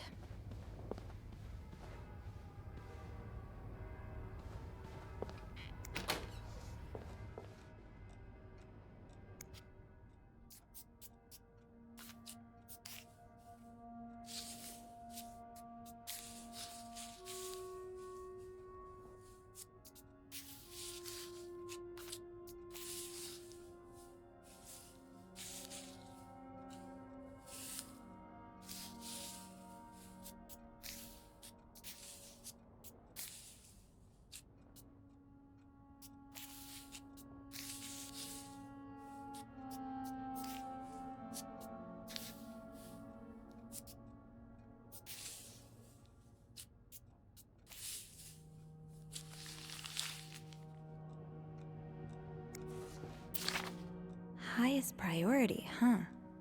That means Eugene's probably working in Bernard's office right now.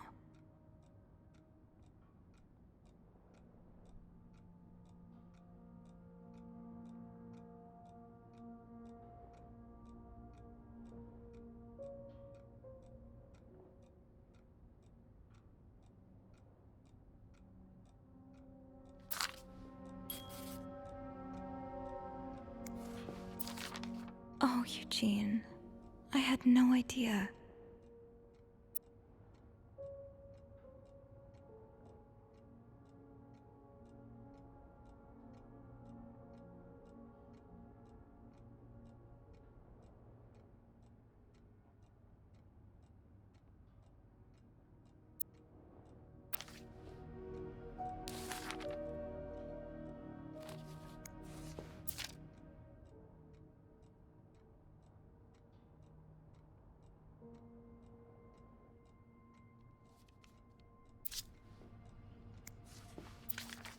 Sounds like Eugene asked Bernard to stop opposing the construction of the new psychiatric hospital.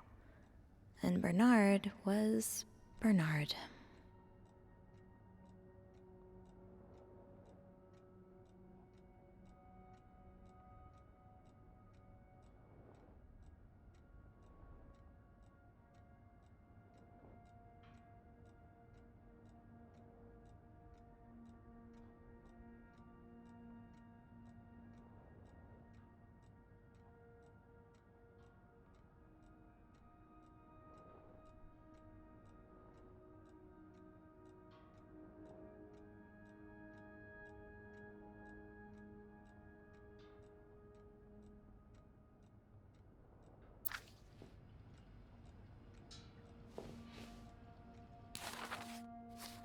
Wait, Sophie, you don't need these. Be careful. It's a slippery slope. Huh, this must be Eugene with his daughter. He looks like a caring father.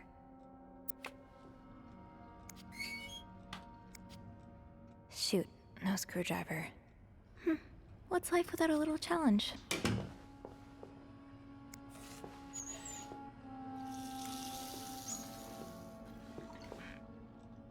Eugene's a pro at fixing the fuse box whenever there's a power outage. Oh, another one. Wendy and Jacques have really gotten around. Wait, Sophie, you don't need these. Be careful. It's a slippery slope towards becoming a hoarder. Eugene must be down in Bernard's office. I should go ask him for a screwdriver.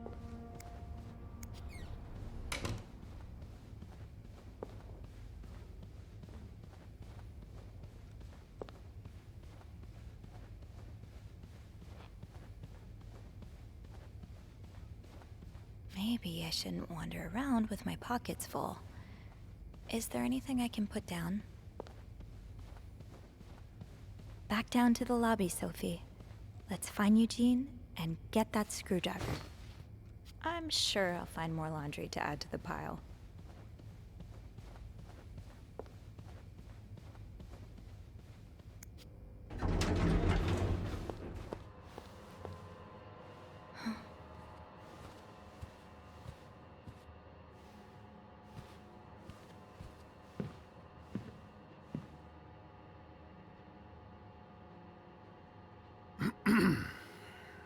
It's, Miss Belivet, isn't it? What? Oh, Roy. Oh, right.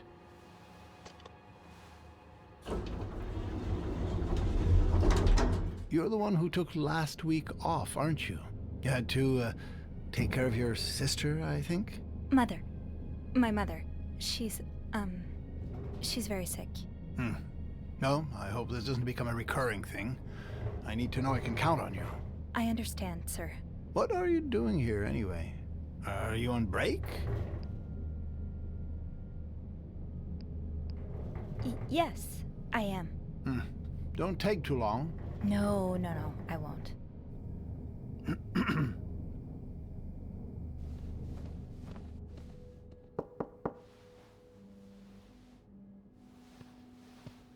Well, don't you look mischievous. Hey, Bean. If you're planning to give Bernard a good scare, sign me up. No, I'm looking for a screwdriver. For the vent. Linda asked Eugene to fix Bernard's window. Oh, I see.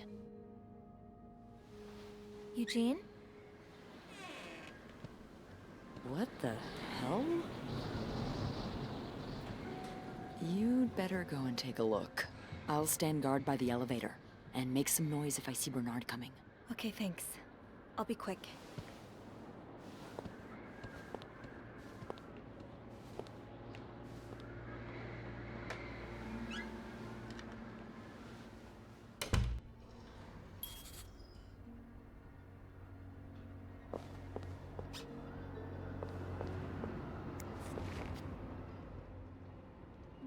Aha! Let's get you to that vent. Opposing something that could help so many people just because it's close to your hotel? This is ridiculous.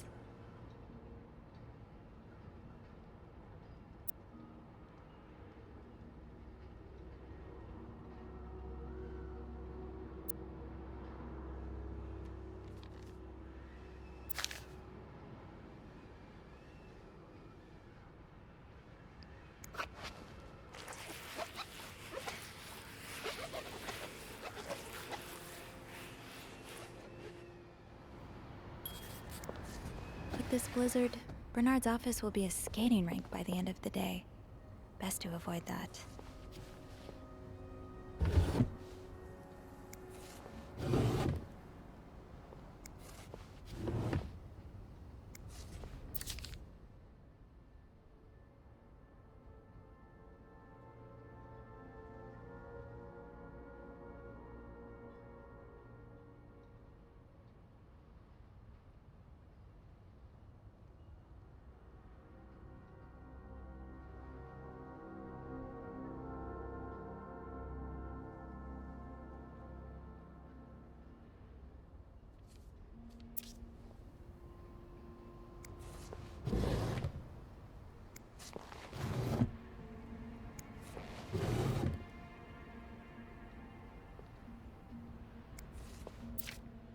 This does not look like a nice brotherly check-in. I had no idea things were this bad between Bernard and Raymond.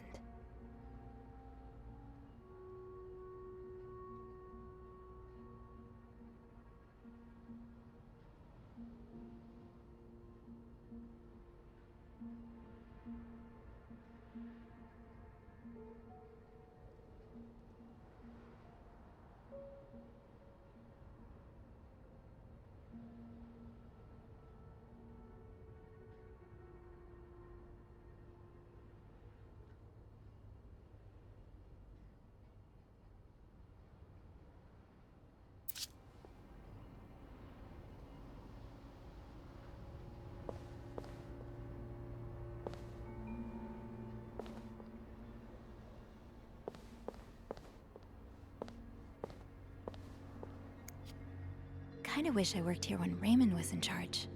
Sounds like the hotel was very different back then. Well, just look at these distinguished gentlemen. And a young Bernard.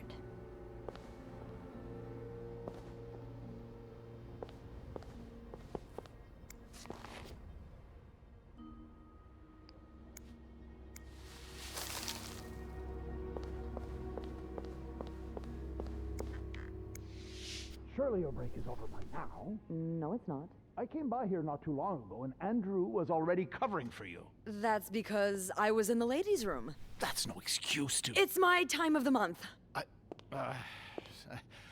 You're married, aren't you? So you know how it is. I have to go more often, and sometimes I stain the furniture, and don't get me started on all the... That's enough details.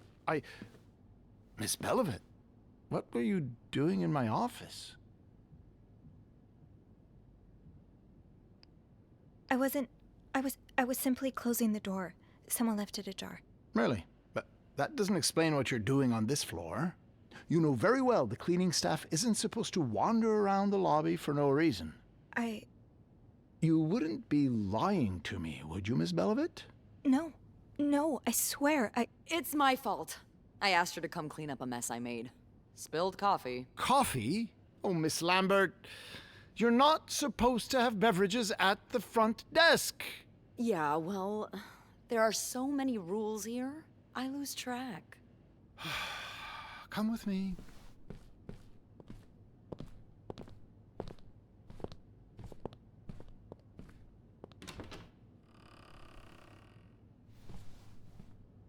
Sorry.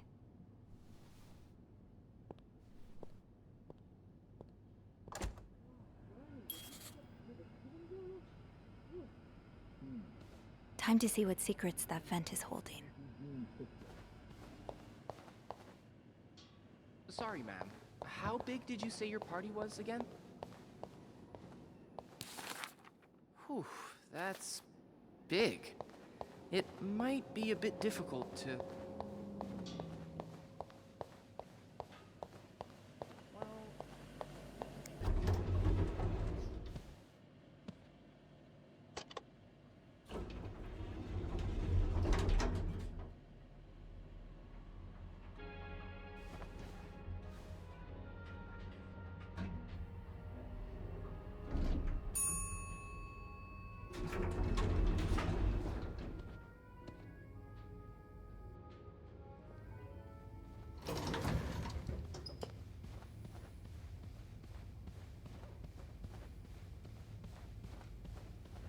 Oh, I guess I'm free to disturb room 508 now. But that's where Bernard and Linda were. Ew.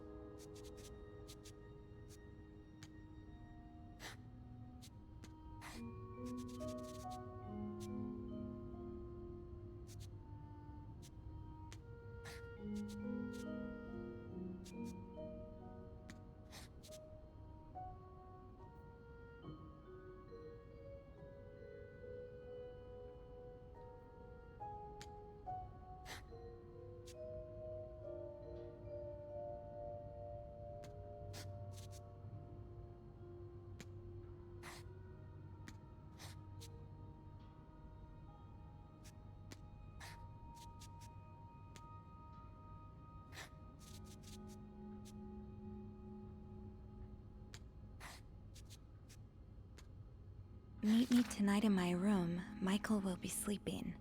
We need to discuss our plan.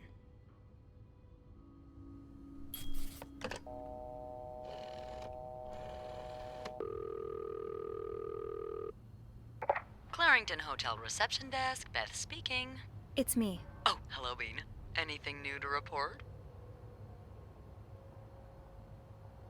Yeah, but I also wanted to thank you for saving my skin earlier. Oh, you're welcome. I hope I didn't get you into too much trouble. Well, I did get a little sermon from Bernard. Oh, I'm sorry. Oh, don't fuss about it. He mainly complained about my lack of decency and my abrasive personality. So, the usual stuff, you know? He did keep me in there forever, though. So, tell me it was worth it. Tell me you found something good in that vent. I found another message written in secret code. What does it say? Meet me tonight in my room. Michael will be sleeping. We need to discuss our plan. Michael? Who's that? Another husband? I don't know. It's the first time I'm hearing of a Michael in this story. Let me check the logbook.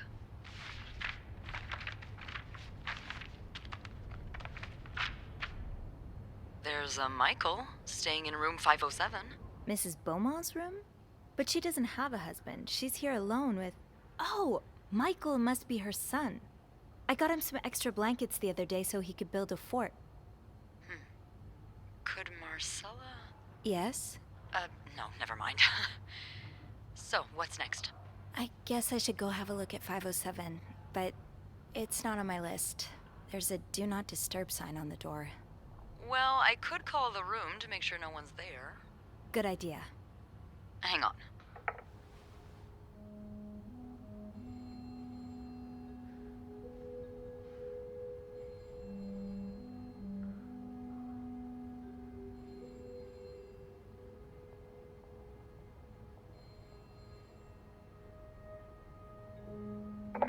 You've got the all clear, Bean. Head on over. Thanks, Beth. I'll call you back.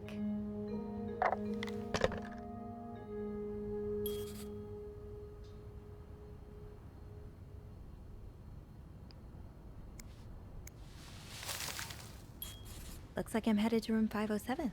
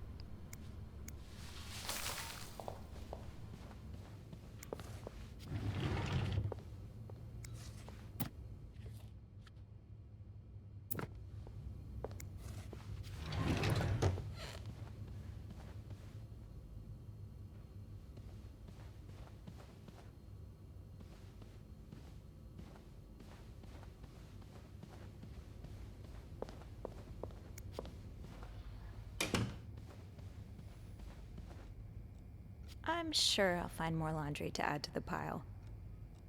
Let's put those on the bathroom shelf.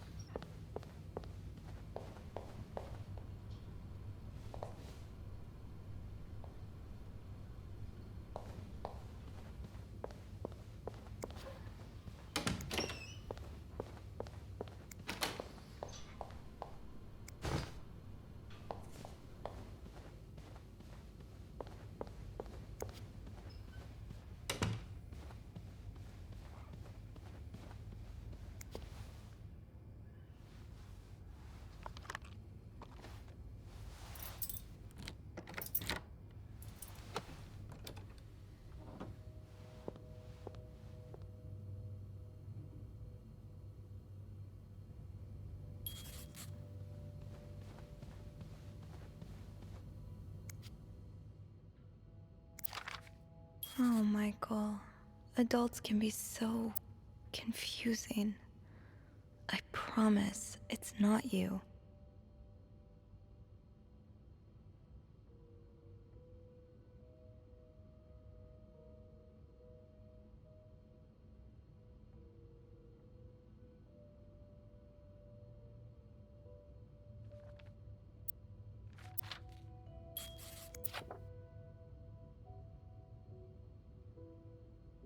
So you were eager to set up a meeting, but didn't want anyone noticing.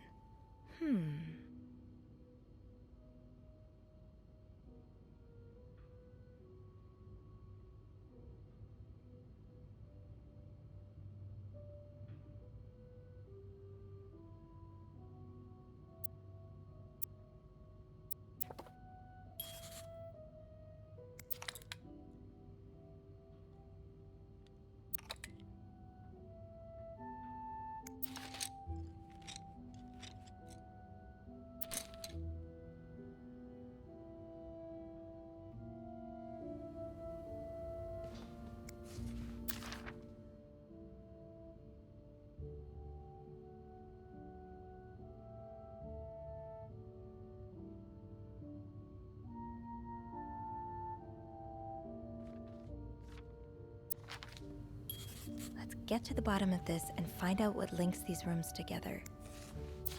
Sounds like this is from your school days, but the name of the sender is smudged.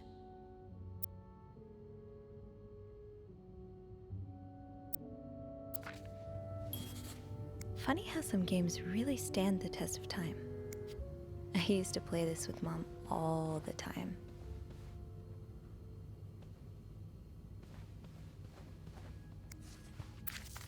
So a husband can abuse his wife and just get away with it? And people like Linda still think divorce is wrong? Ugh.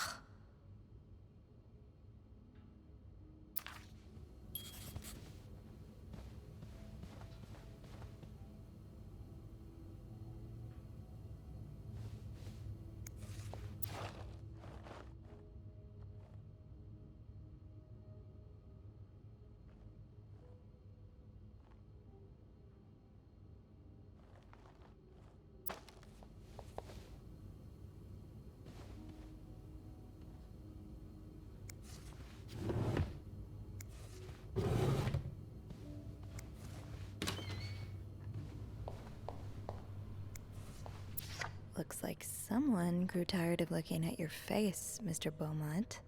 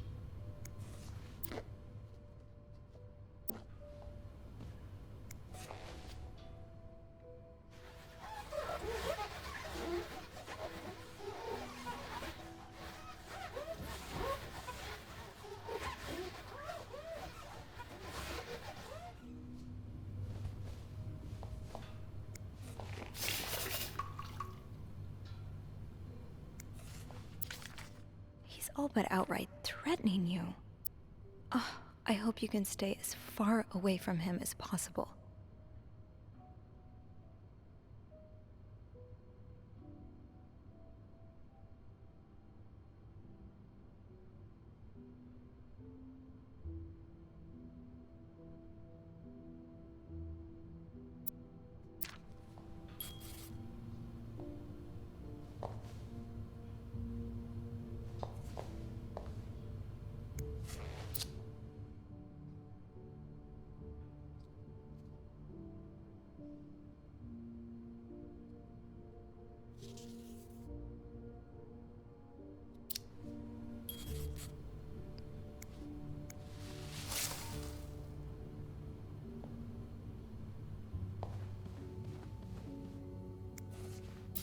Mr. Cruz, huh?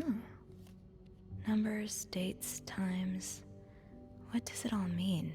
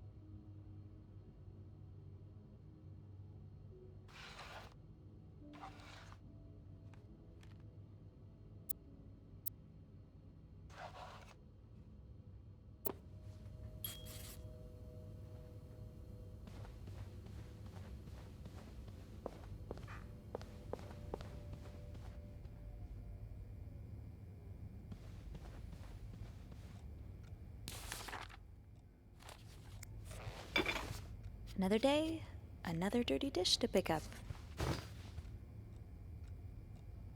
Another day, another dirty dish to pick up.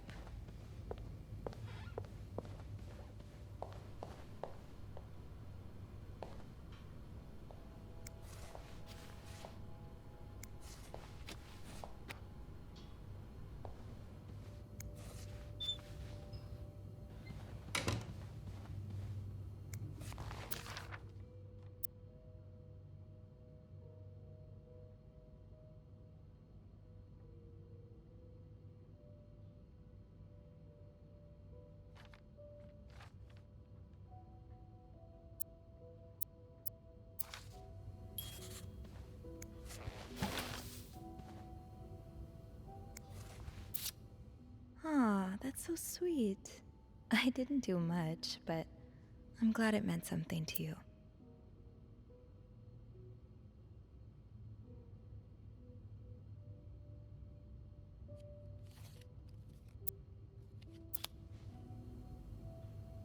Those few coins in my tip jar were getting pretty lonely.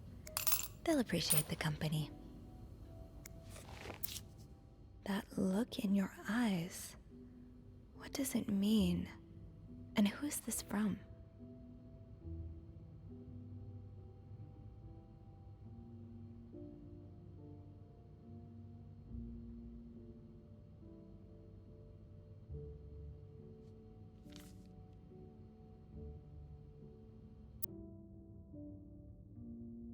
Either a guest got a hold of our stationery, or this came from someone on the staff.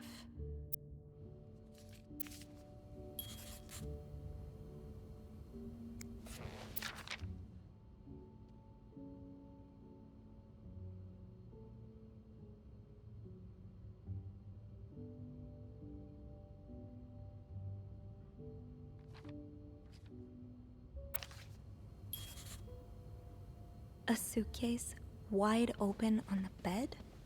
You're almost making my snooping too easy. Locked. The key has to be around here somewhere.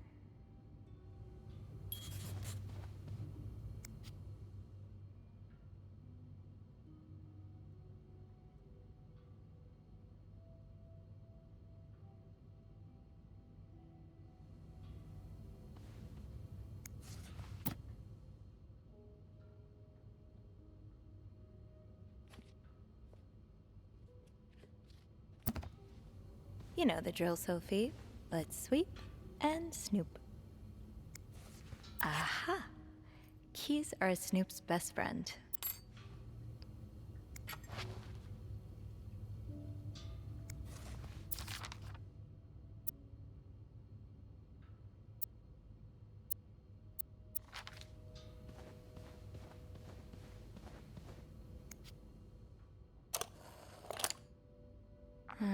I'll need another key to unlock this. Haven't I seen one just like this somewhere?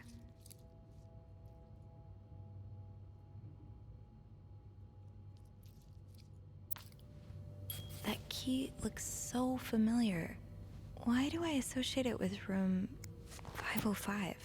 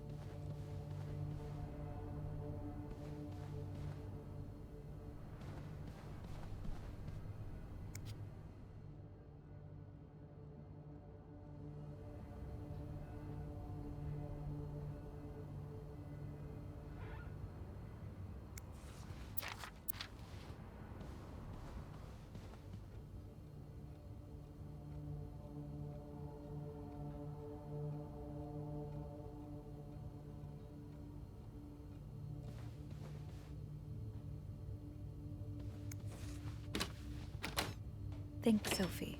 Where have you seen a key like that one before? In a safe?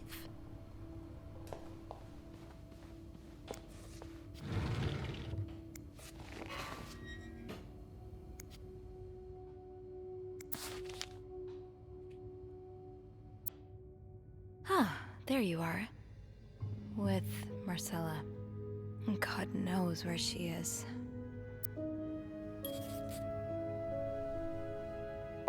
Clarington Hotel reception desk, Beth speaking. Hey, Beth. Bean, I've been meaning to speak with you. Oh, about what?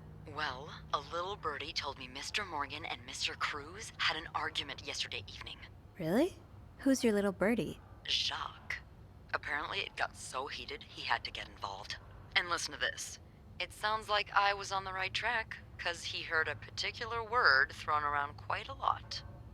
Wanna guess what it is?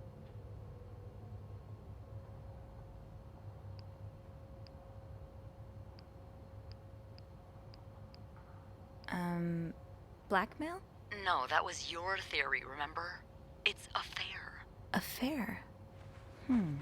Did Jack hear anything else? From what he told me, it seemed like Mr. Cruz was accusing Mr. Morgan of having an affair with his wife. Wouldn't have expected Mrs. Cruz to fall for a man like Morgan, but I guess the heart wants what the heart wants. Maybe, but that doesn't explain Mrs. Beaumont's involvement with Mrs. Cruz. What do you mean?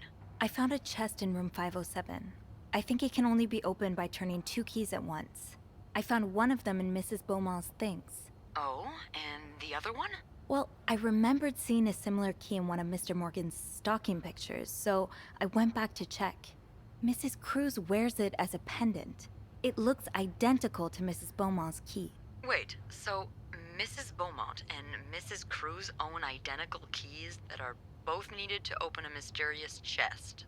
Yeah, there's definitely something going on here.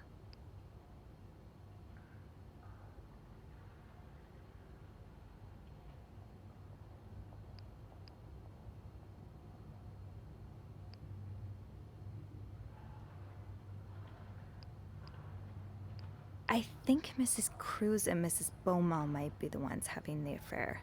That's an interesting theory. Did you find any clues that might support this? Nothing concrete. I mean, I did find a letter that suggests they may have gone to college together, but they could just as well be good friends, right? Yeah, that's one way to put it. I guess we'd know for sure if we could have a look at that chest, but I don't think I'll be able to open it. I've looked around room 509. I would have seen the second key if it was there. Mrs. Cruz must have left with it this morning. Yeah. We were so close. I can't believe it all ends here. Well, hold on. I may have an idea. Get me a candle and some plaster, and maybe I can do something about that pesky chest. How? I'll tell you later. Just find me those things, and I'll meet you in the basement as soon as I manage to leave my post. All right. Thank you for not giving up. Come on, you know I wouldn't let you down.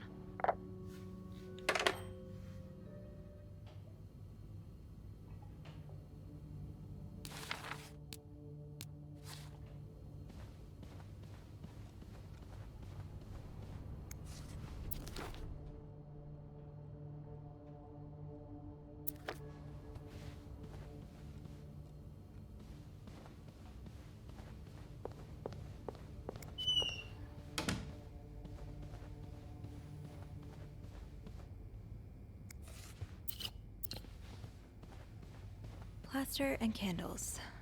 Well, half the hotel's under renovation. I should be able to find plaster somewhere around. Great! This takes care of half of this little scavenger hunt. As for the candles, doesn't Rebecca keep some in her locker downstairs?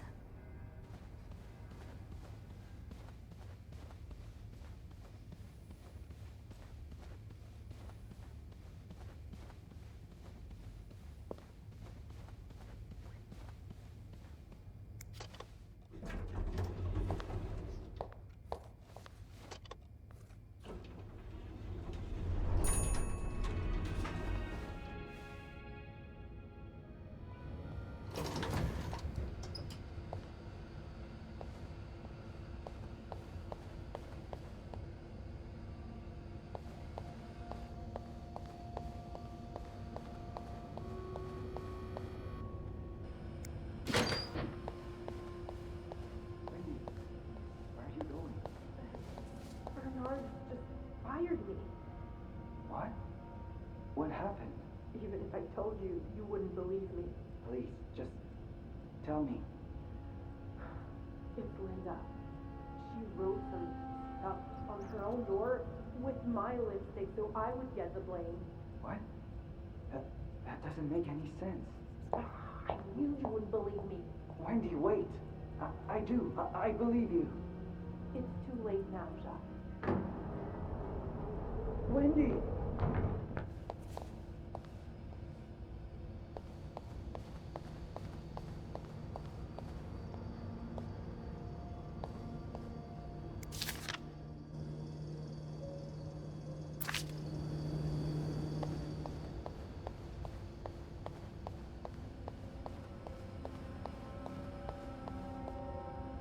Tempting, but every penny adds up, Sophie.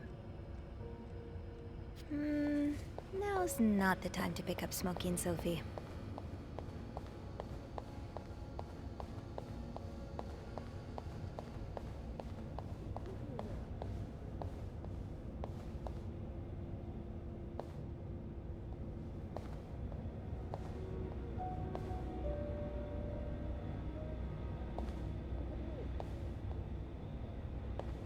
I don't know what on earth's going on today.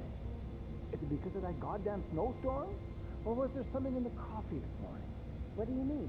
Well, the whole staff's completely off today. Jacques leaving luggage carts everywhere. Wendy writing that message on your door. Beth, oh, don't even get me started on Beth. Oh, and that maid, what's her name, Sylvie? I never noticed how odd she is. Sophie, you mean? I like her. She's a good girl. You know what? I should call the city. Tell them they don't need to build that new madhouse next door. There's one right here. Oh, Bernard. It's not that bad.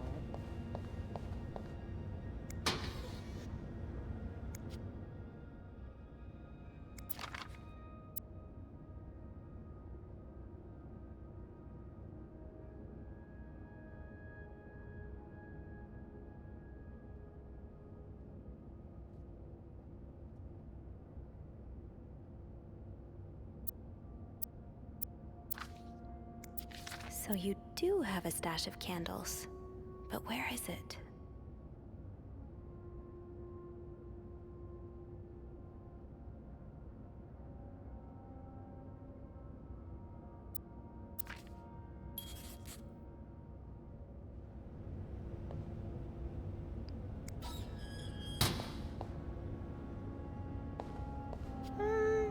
I'm good.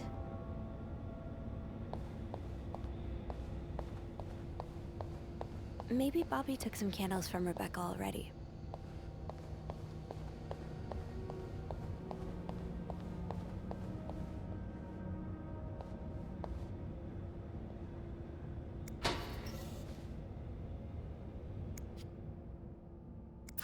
Wait, is this you, Beth? What on earth led to this picture being taken?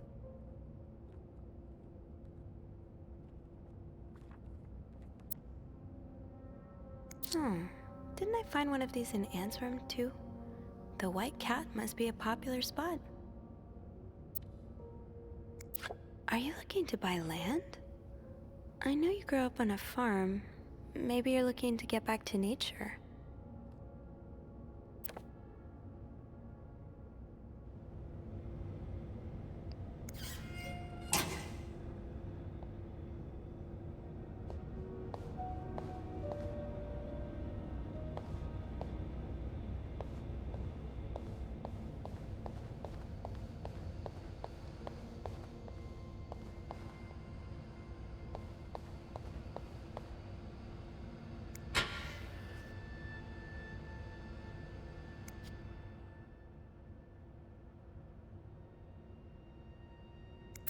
No candles, but this looks like the laundry room.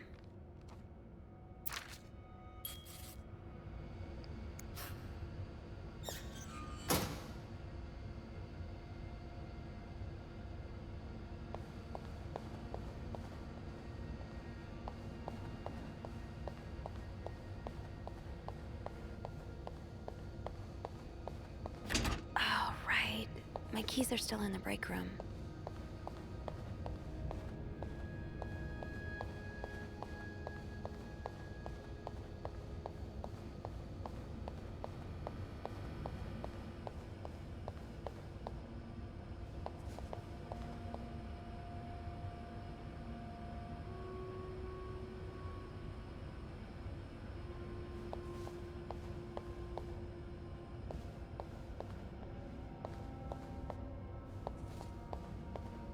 Have I checked the break room?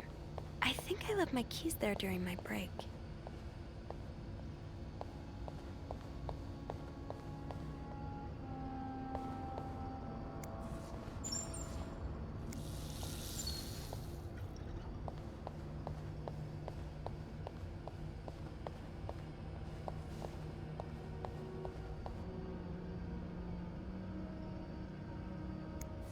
Gotta hold on to these tight.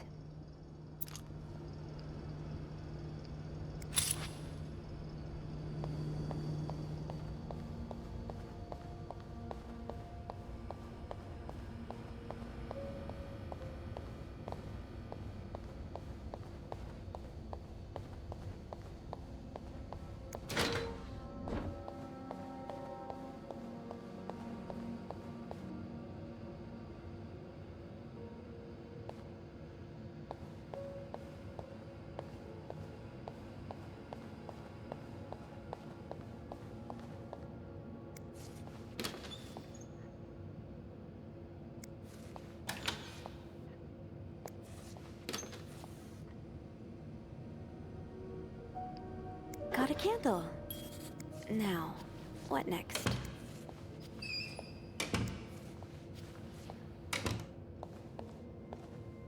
Let's see if Beth is around.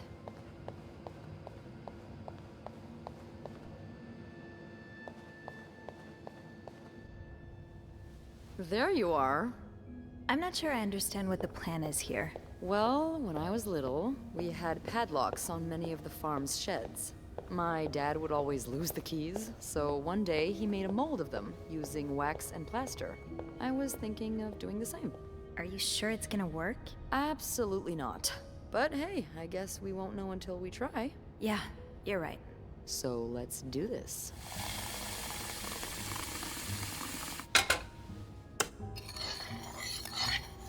Okay, to start, we need to pour the wax from the pot.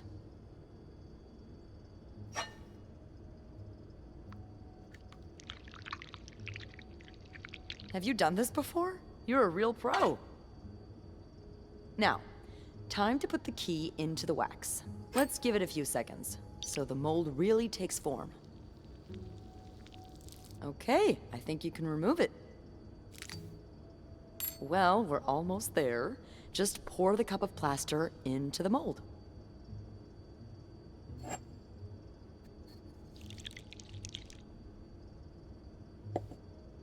All right. Now we wait for it to dry. How long do you think it's gonna take? I don't know. I guess we'll keep poking it every now and then. I bet you didn't think you'd be making a plaster key today, huh? Indeed. But I like it. It's rare that this job allows me to use my creative side. Your creative side? Well, granted, this key won't end up in any museum, but I enjoy the occasional artistic endeavor.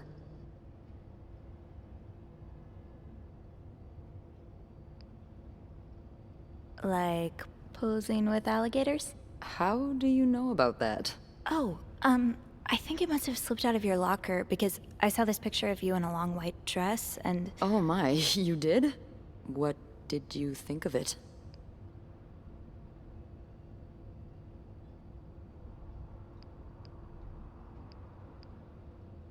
I loved it, actually. It was unique, I guess. Artistic? Yeah. Those pictures were taken by a very close friend of mine a few years back. Ziva Rivers was her name. Earth-shattering talent, but a bit too controversial for most people's sensibilities. Oh. Are you still friends? No. We went our separate ways. It's a shame. She really captured me. My essence. Your essence is to tame alligators? My essence is to fear nothing. Yeah, I can tell. I really admire that about you. I'm sure under that sweet exterior, you're pretty fearless too. Haven't you ever done something really scary? I mean, other than snooping on a potential creep. Does sailing count? Excuse me? You sail? On a boat? I used to. With my grandpa. But when he died, we had to sell the boat to pay off his debts. Oh, that's too bad. I would have loved to go with you.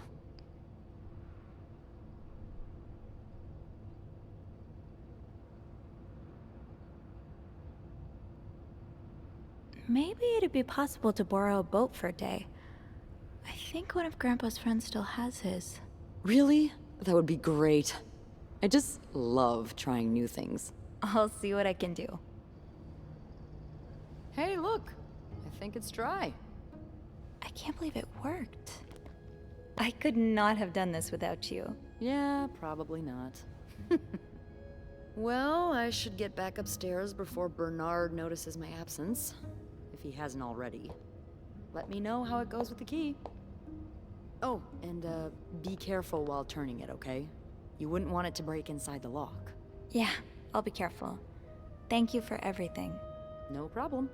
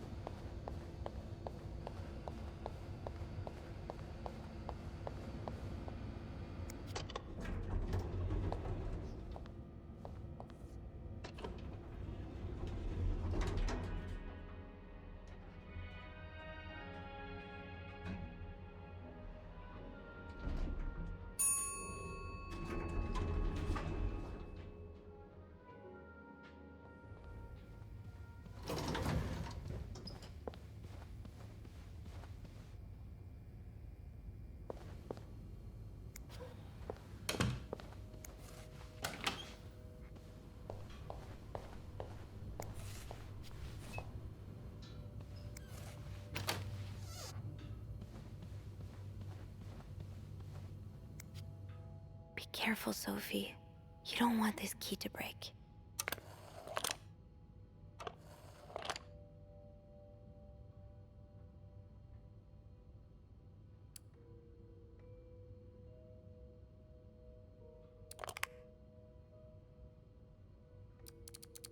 Oh, shoot.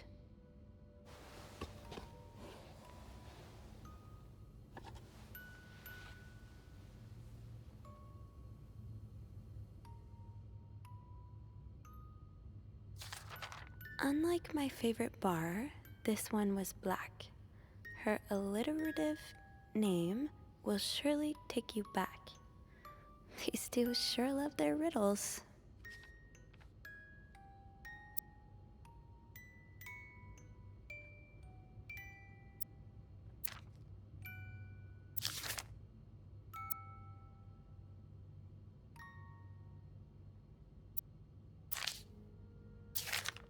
Huh. Marcella invited you to the movies. Let me guess. You said yes.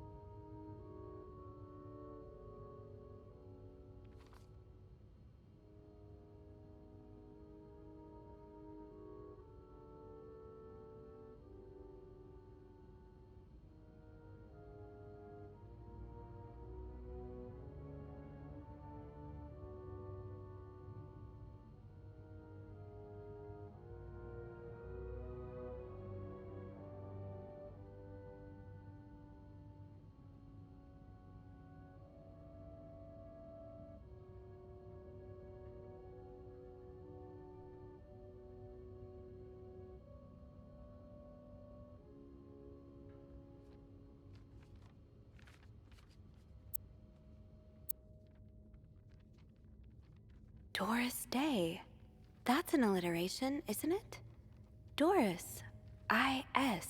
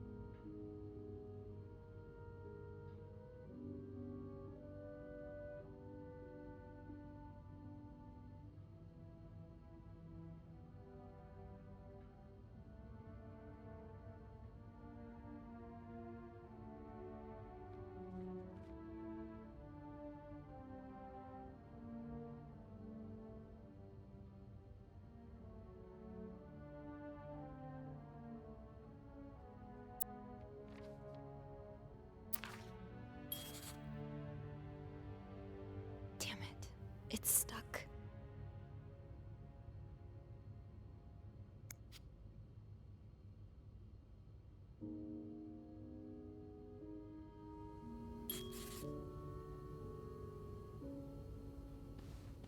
That riddle's a toughie.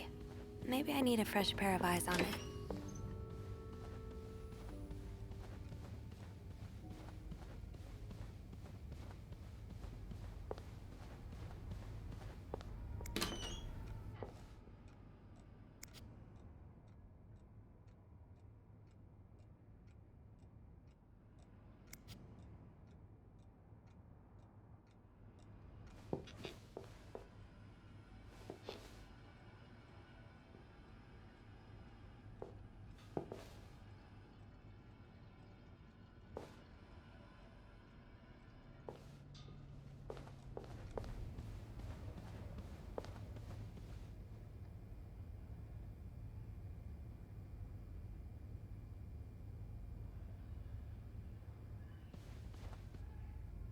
There's no shame in asking for help, Sophie.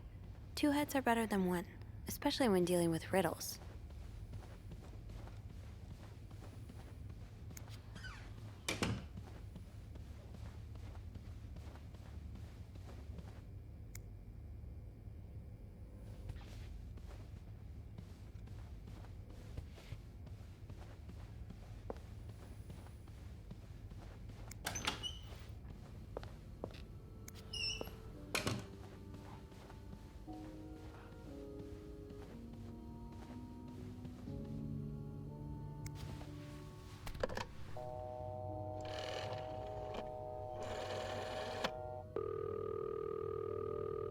Clarington Hotel reception desk. Beth speaking.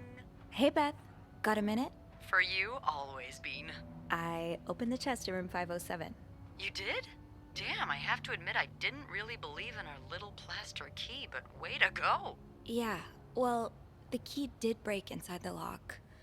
I hope this won't lead back to us. If it does, we can always flee the country together. I hear Mykonos is quite nice this time of the year. So, spill it. What's in the chest? A riddle. A riddle? I think it was written by Mrs. Beaumont for Mrs. Cruz.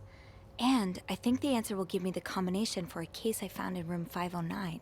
I could use your help with it, though. Oh, God, I hate riddles. Well, let's hear it. Which part is causing you trouble?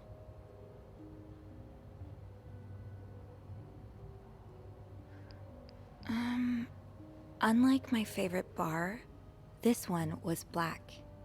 Do you know what this could mean? You said Mrs. Beaumont wrote the riddle, right? Yeah, but I have no idea what her favorite bar is. I think I do. Really? How? That's a story for another time. But if I had to bet, I'd put my money on the white cat. The white cat. I'm not sure I get it. Well, if I'm right about the white cat, then we're looking for... A black cat. Yep. Why don't you look around to see if there's any mention of a black cat in Mrs. Beaumont's stuff? Okay, I will. You're not too bad at riddles, you know? I never said I was bad at them, just that I hate them. Is there anything else? Here's another one. Her alliterative name will surely take you back. Alliterative what now? Andrew, you're a nerd. What's alliterative? Hey, just because I read books doesn't mean I know everything. Okay. It's a series of words that start with the same sound or letters. Thank you, darling. Did you get that, Bean? Yeah, I did. But that could mean a lot of things. I'm not sure where to look. Yeah, me neither. Tell her to look for a name and surname that both start with the same letter. Maybe it's someone famous, like a writer or a singer. Huh. You got that? Yes. Thank him for me. Will do. Anything else I can help you with? No, that's all. Thank you. Don't mention it. I'm just glad I could be of some help. Call me after you've opened that case. You know I will.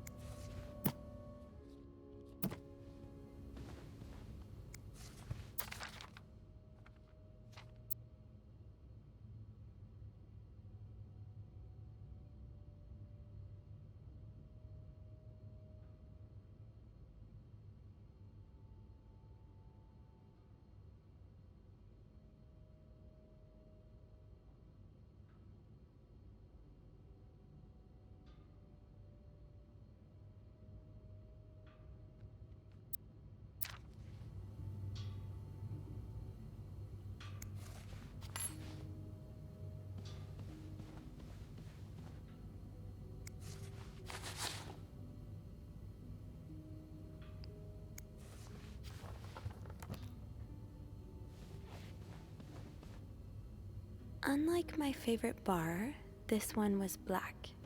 Her alliterative name will surely take you back. These two sure love their riddles.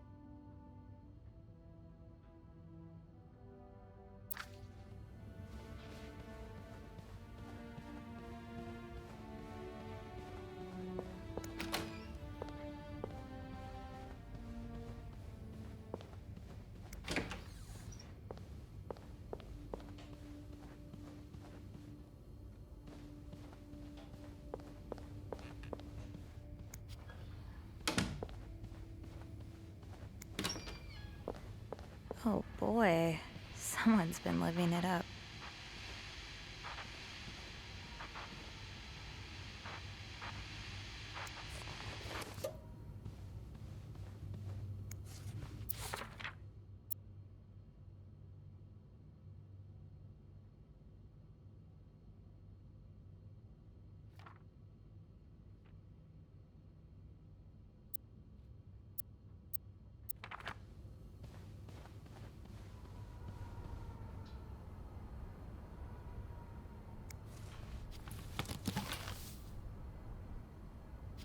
All that's missing are the pillows.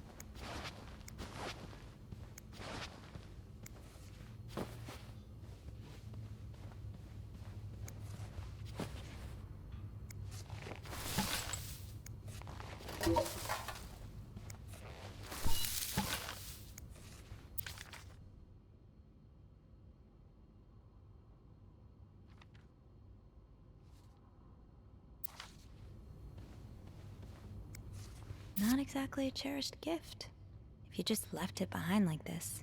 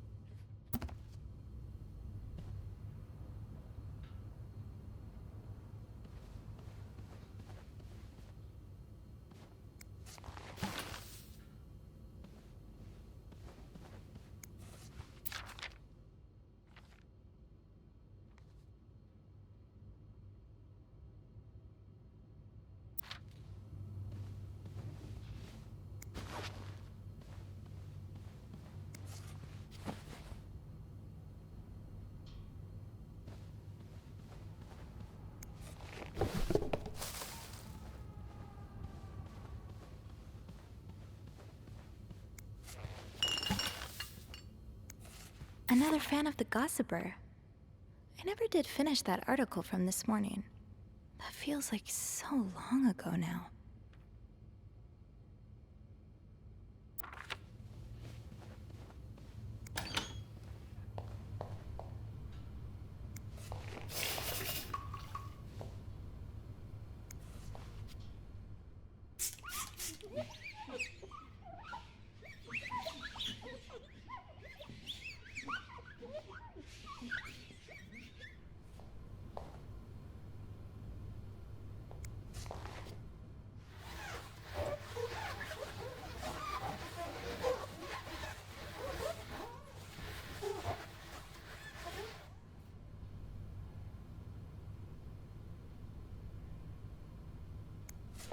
What's the story behind this?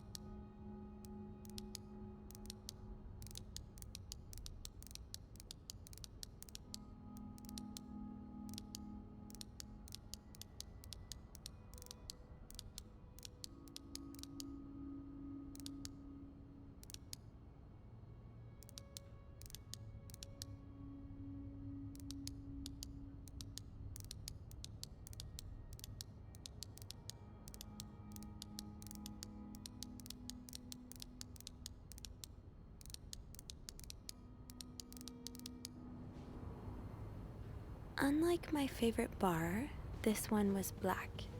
Her alliterative name will surely take you back. These two sure love their riddles.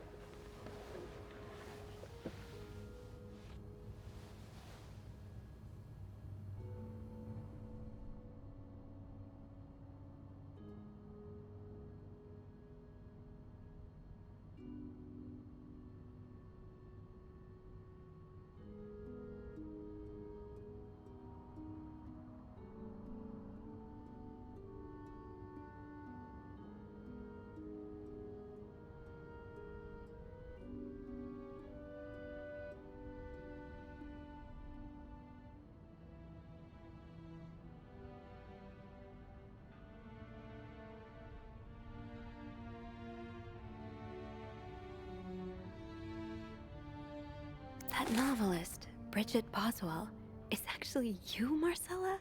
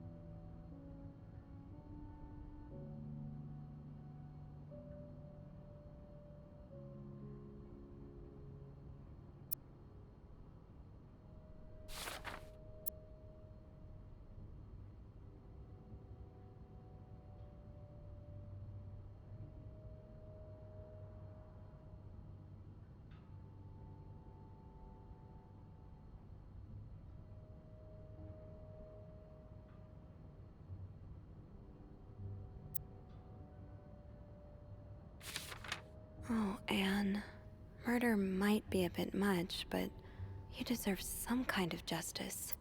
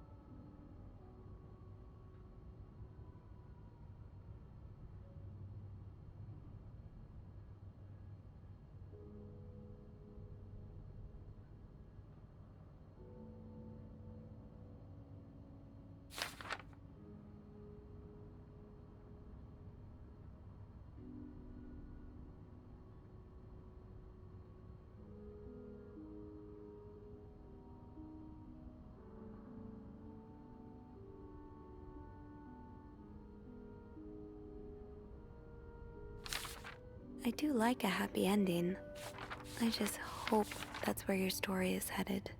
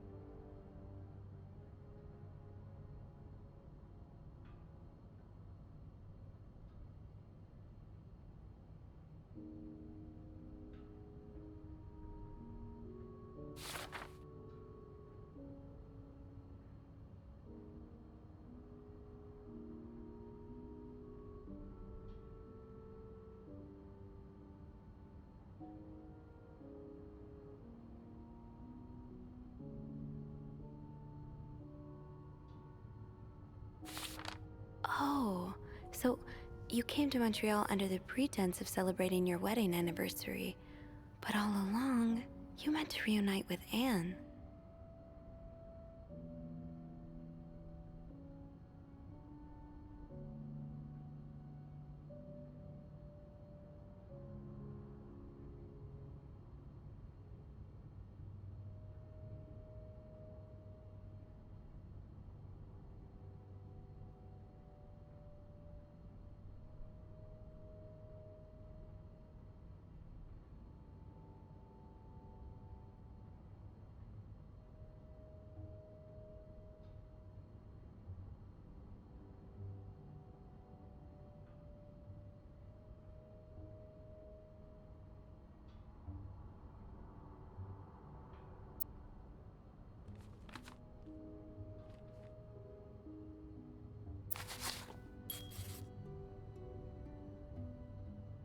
After all this, turns out you're a fan of Bridget?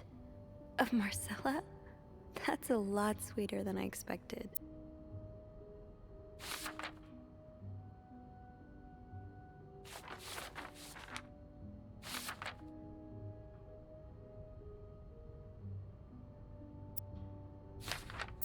I'm glad you were able to open up to Marcella like this. Everyone needs someone to talk to.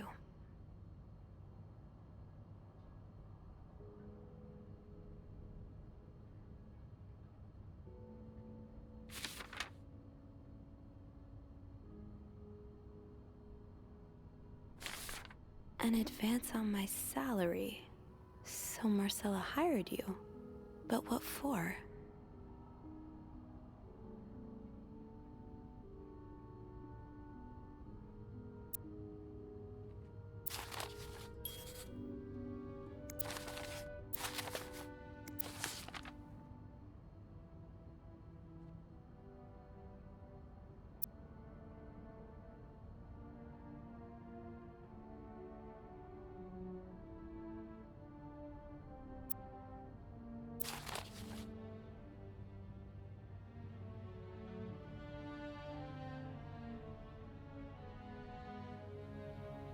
So, let me get this straight.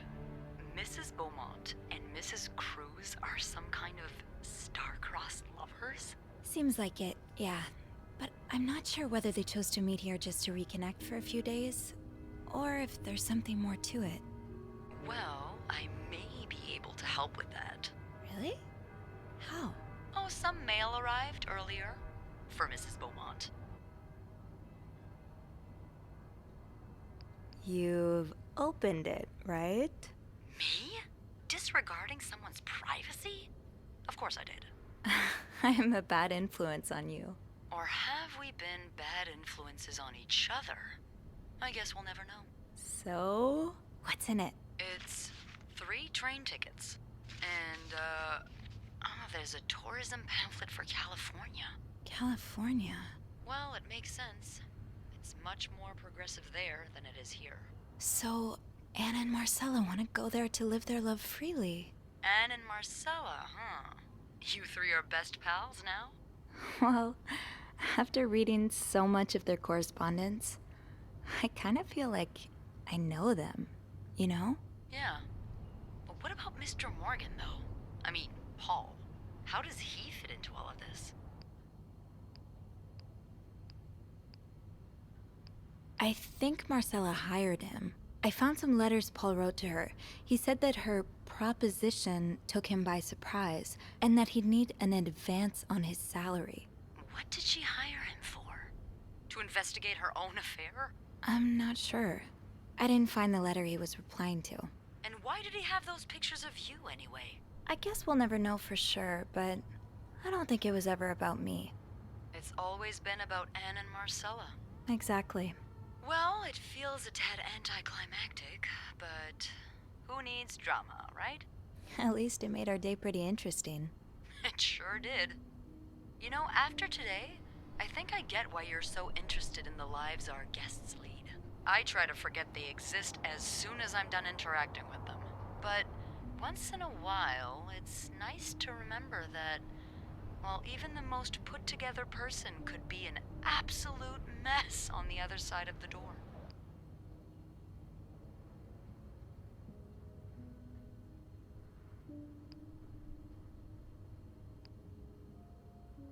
What about you? Who is Beth Lambert when no one's looking? I like to think that with me, what you see is what you get. But maybe an extra snoopy super sleuth could uncover a few more layers. Maybe ones I didn't even know I had. Challenge accepted. Come see me when your shift ends, all right? We could leave together if you want. Sure. If we're able to. With all that snow, I'm thinking maybe we'll have no choice but to spend the night here. Ooh, a sleepover. We could set up a pillow fort on the mezzanine. A pillow fort? We do work in a hotel, you know. There are actual beds here. I know, but isn't my way so much more fun? Well, we could take a page out of Michael's book and decorate it, and then spend the night throwing stuff at Bernard whenever he comes through the lobby. Oh, now you're talking.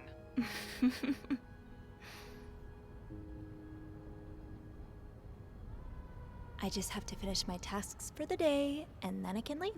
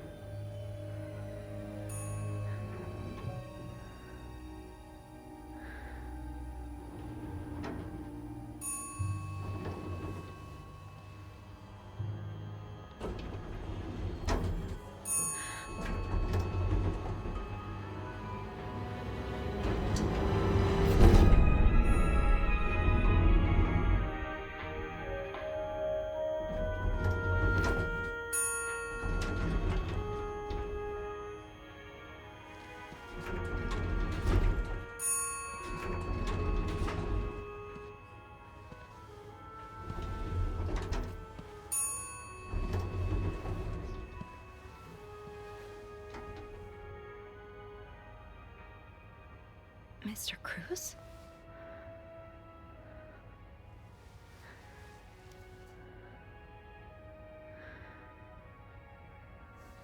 Mr. Cruz. Oh God. Oh God. What happened? Mr. Cruz's life insurance policy. Why did he have this on him?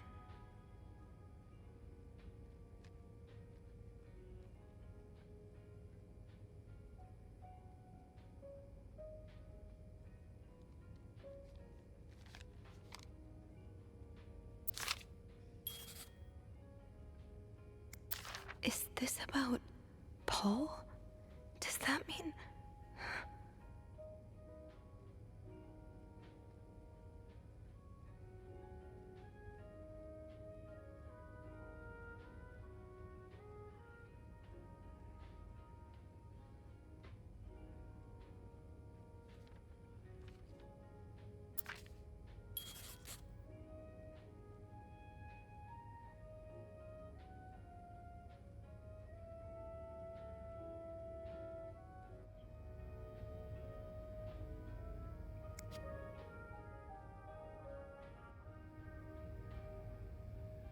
Please let there be someone around who can help.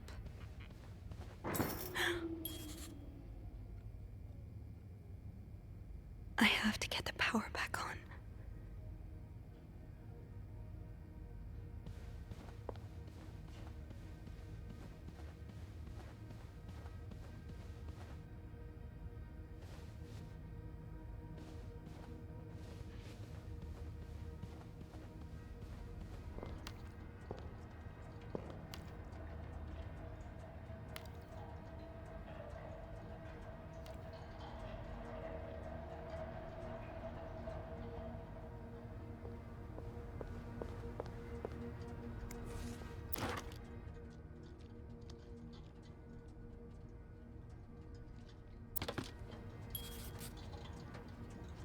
The fuse box.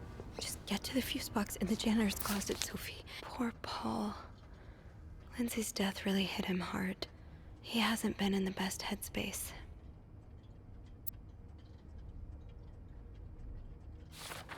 So Paul just needed to pass the time while Marcella was away. That's why he was observing us.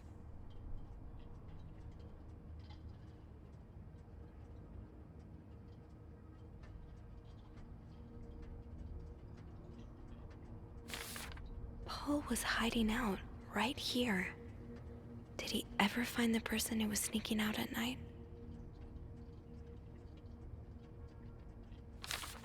"9:45? So, Anne and Marcella met here this morning while I was busy cleaning room 504.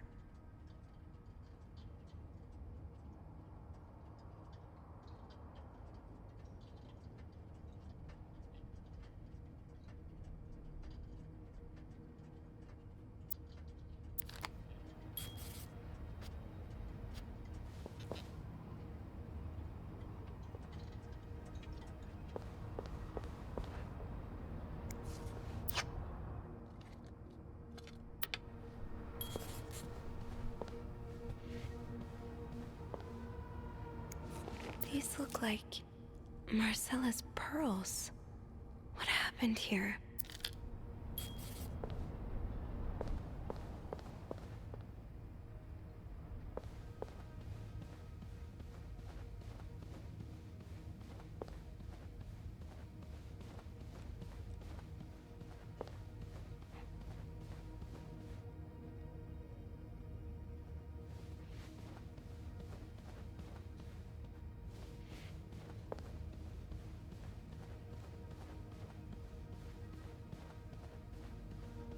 I have to get the power back on.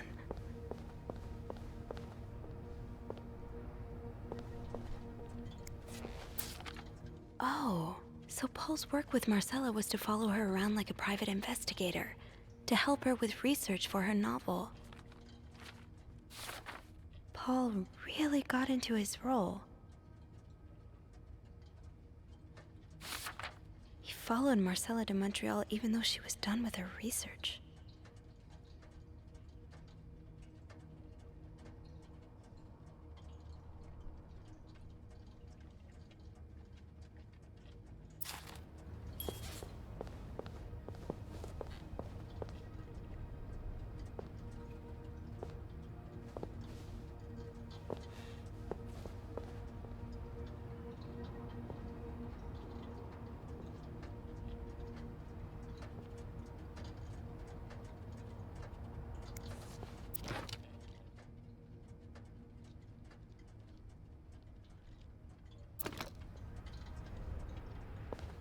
fuse box.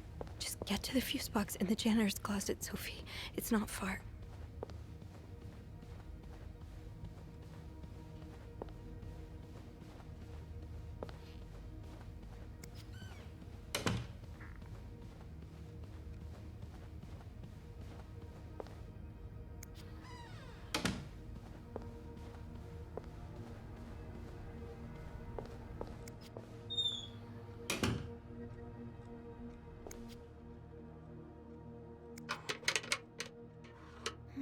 It's too big.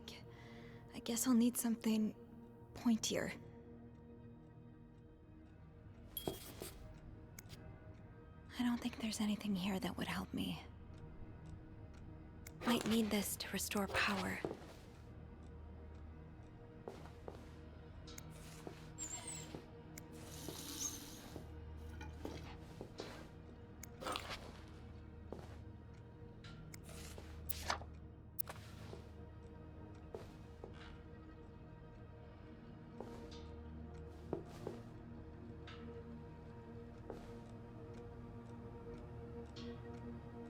Think, Sophie, think.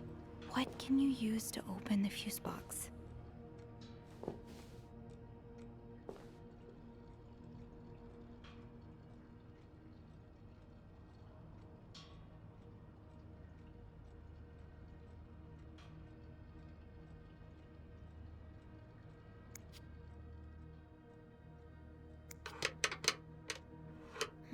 It's too big. I guess I'll need something pointier.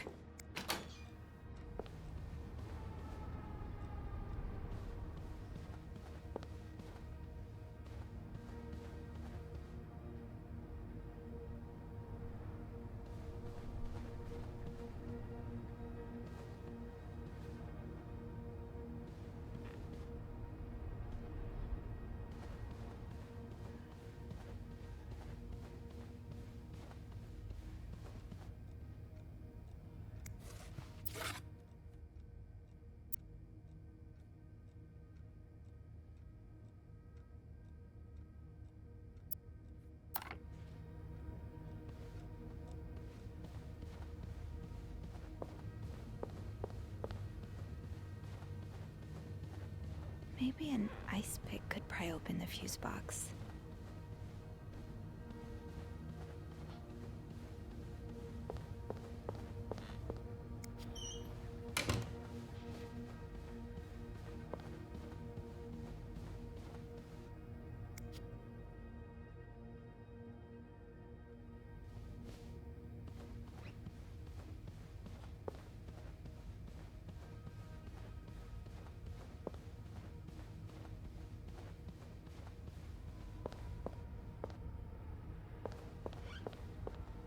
Okay, this looks like something I can use to open the fuse box.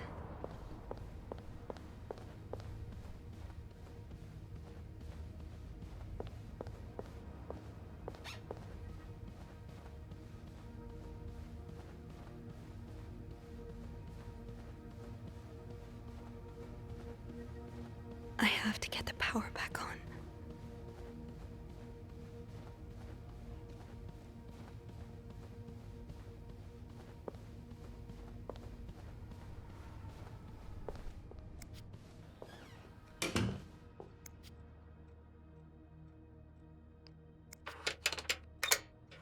That worked, thank God.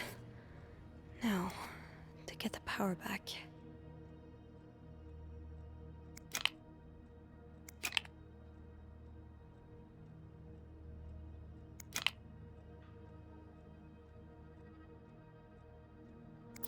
Eugene, what I would give to have you with me right now. Your note will have to make do.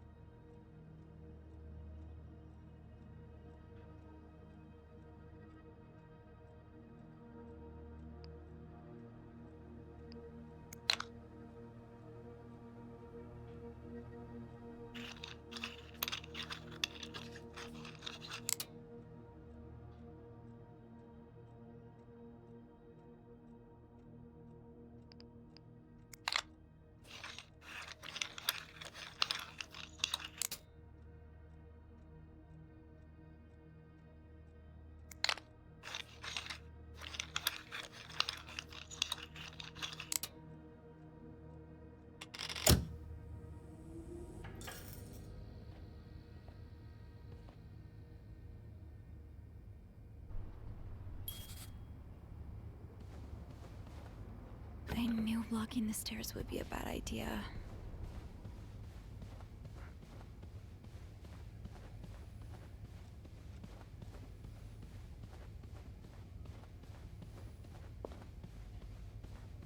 Is there anything I've forgotten? Once I leave this floor, I probably won't be able to come back.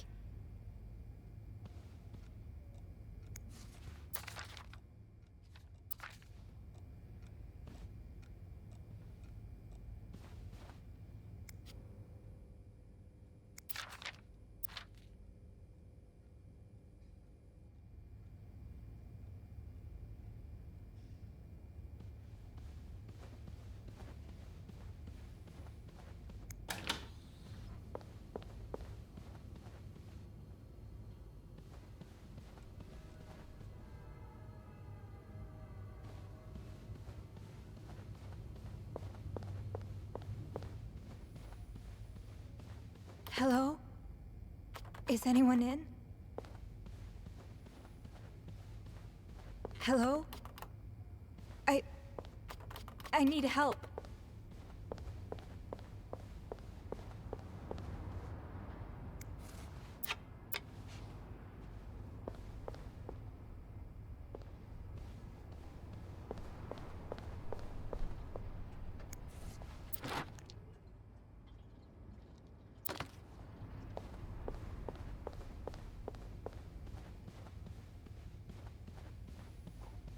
Hello? Is anyone in?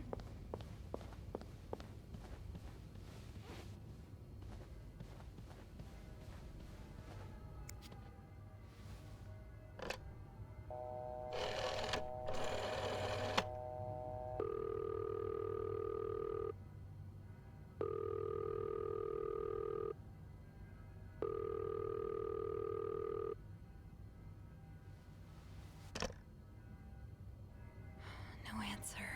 Beth must be busy trying to restore the power in the lobby. Power's back. Now, I should go down to the lobby. Call the police.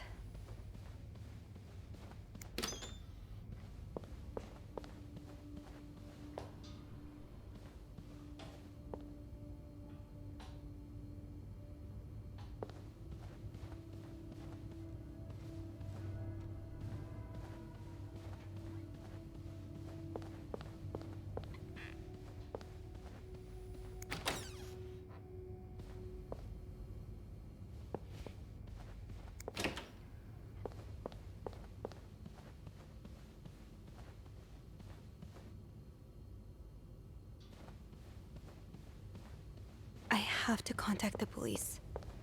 I should be able to call from the front desk.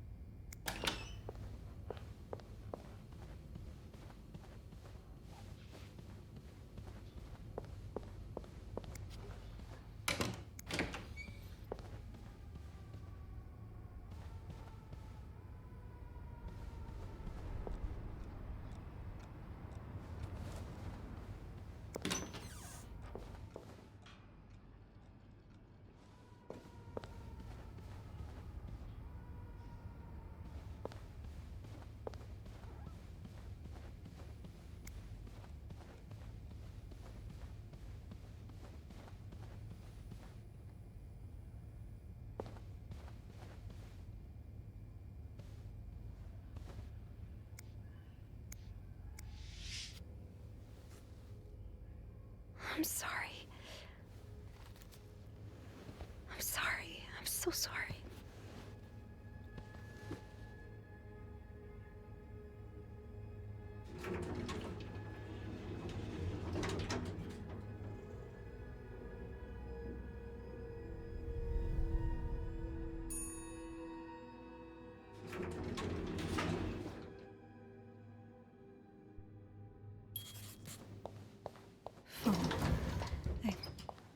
I need a phone. Anybody down here?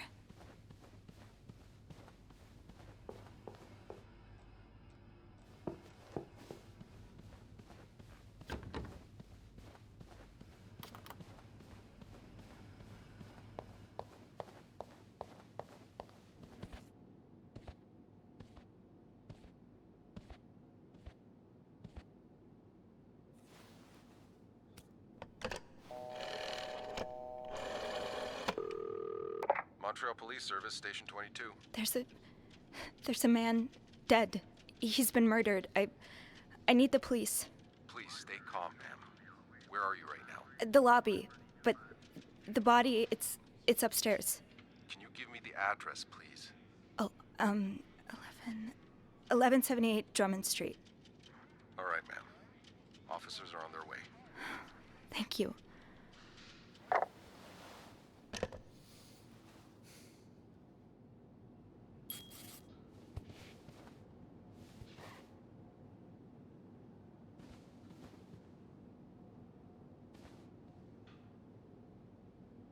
Now, I just have to wait for the police. Why does the VIP want to meet with Paul? Maybe he fell for his role-playing and wants to hire him as a private investigator. Bernard really wants Paul out of the hotel.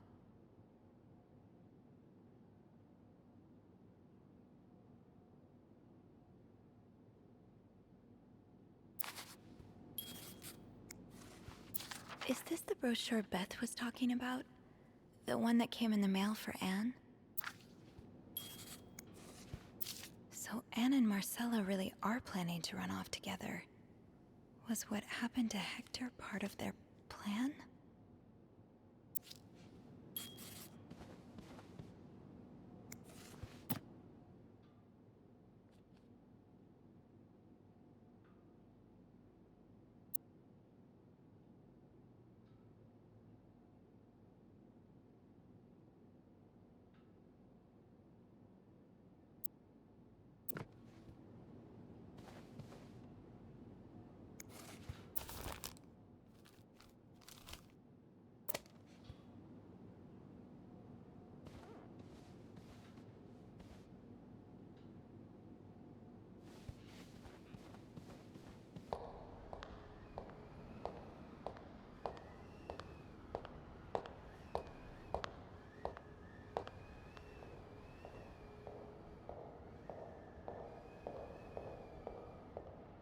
Oh, hey you. Great timing, right? I'm thinking if we're lucky, Bernard will let us go home. No point in working in the dark. Sophie? Bean, you're not scared of the dark, are you? Hey, is everything okay? I found Mr. Cruz. Hector. Oh, you did? What was the bloke up to? You don't understand. I found his body. He's dead, Beth. Oh, merde. Merde. Sit down, okay? You look like you're about to faint.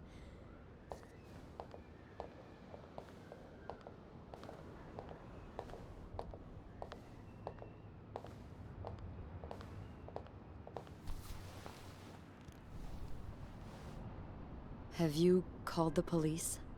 Yeah, they're on their way. What happened? Was there an accident? No, I don't think so. Someone did this to him. You mean... Merde. Do you think it could have been Anne and Marcella?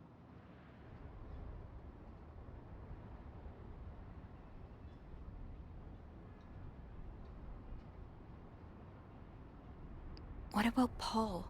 He and Hector were caught fighting. The cops will want to talk to you. Know what you've seen. You need to be careful about what you tell them. If word of Anne and Marcella's affair gets out, they may put a label on them that will really hurt them. It might not even matter in the end if they did it or not. What are you saying? It's just... cops like to go after people who are different. People like Anne, like Marcella. like me. You know, I was barely 20 when I was shoved into a police car for just hanging out with people who made me feel like I wasn't so messed up after all. What? Where did that happen? At the White Cat. It's supposed to be a safe space, but it gets raided by cops every now and then. I know Anne was caught at least once, too. Wait, you know her? Yeah, that's how I knew the answer to the riddle. I've never talked to her, but I've seen her a few times. Marcella and her, they're just like me. Thank you. Thank you for trusting me with this. Maybe now you can understand why I care so much about you. I don't know if I'm feeling inspired by Anne and Marcella, or if it's the shock of being so close to an actual murder, but, I'd really like for us to be more than just friends, Sophie.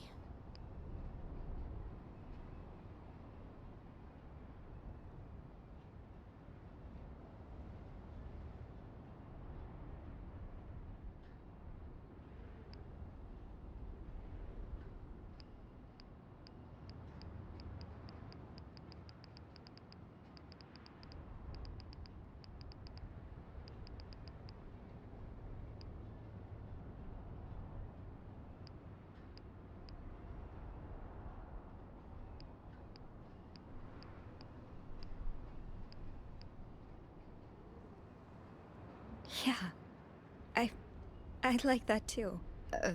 That's... that's great. The police is here. Just be mindful of what you tell them, okay? Yeah, of course.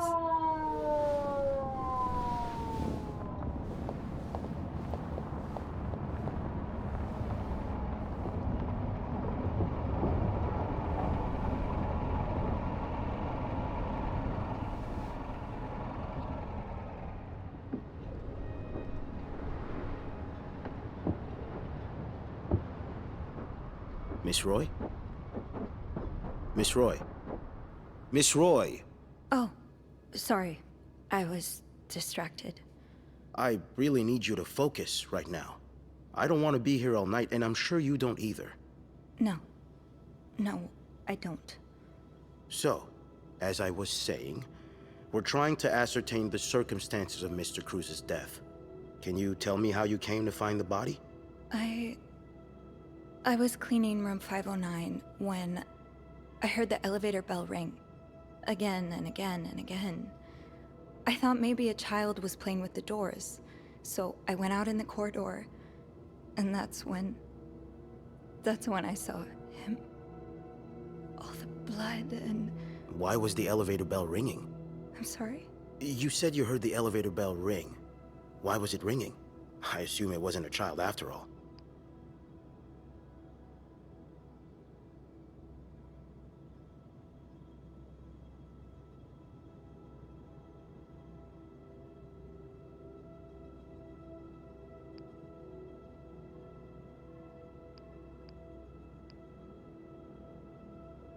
Well, Mr. Cruz's body was preventing the doors from closing. Really? When we found the body, it wasn't that close to the doors. Oh, the stairs are blocked because of the renovations, so the elevator's the only way out of the 5th floor. I had no choice but to move the body. Just a little. Ah, so that explains the traces we found. Thank you for clearing that up. So, what did you do after that? Well, that's when the power cut. So I had to go to the janitor's closet. To access the fuse box. Exactly. I changed a few fuses and turned the power back on. But there's a lock on that box, isn't there? Did you have the key?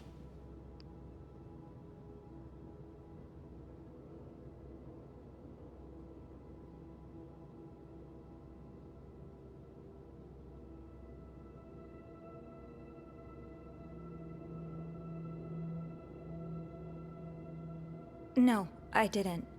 only Eugene does. But I thought an ice pick might do the trick, so I went to the ice machine to get one. You're a size 7, I suppose. Yes, I am. Why? What did you see when you went to the ice machine? There was blood. A lot of it. Did you touch anything?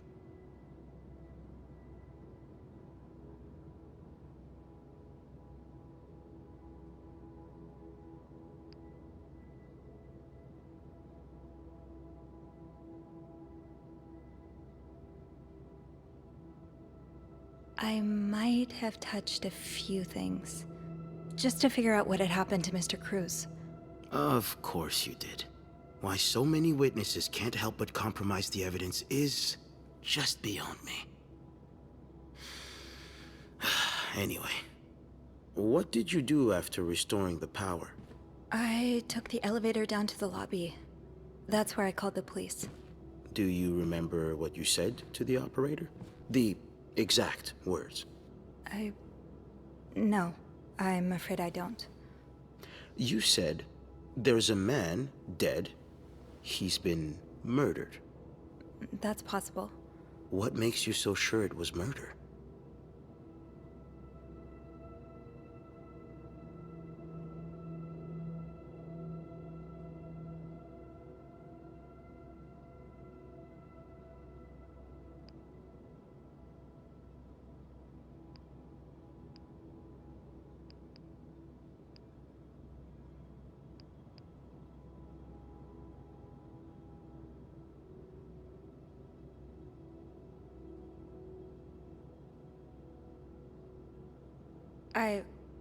I just assumed.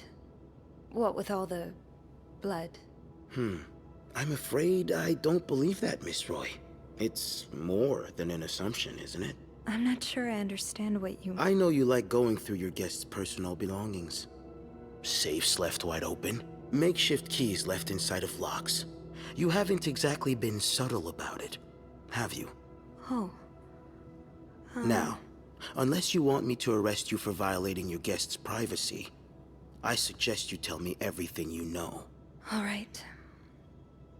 Let's start with the victim's wife, Marcela Cruz. Apparently, she left in quite a hurry this morning. What can you tell me about her?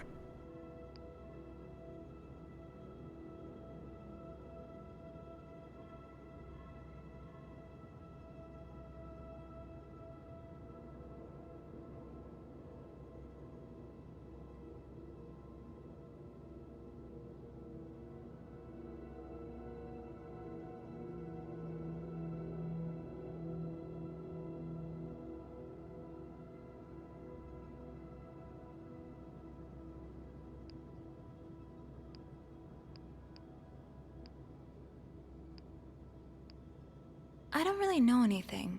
She just looks like a loving, caring wife. Really? That's odd, because we learned a lot about Mrs. Cruz when we went through her room. And let's just say that loving, caring wife are not the first words that would come to mind. Oh? She's a lesbian, involved in some sordid affair with the guest from room 507, Mrs. Beaumont. Have you ever witnessed them engaging in immoral behavior? What do you mean? I'm asking if you've seen them being, you know, intimate. No, I haven't. No. And did you hear them discuss their deviant ways in front of Mrs. Beaumont's son, perhaps? Imagine what kind of effect such perversion can have on a young child. No, I didn't hear anything. Did you hear them express their hatred of men? Did they ever talk about using violence against men? Did you hear them speak ill of Mr. Cruz?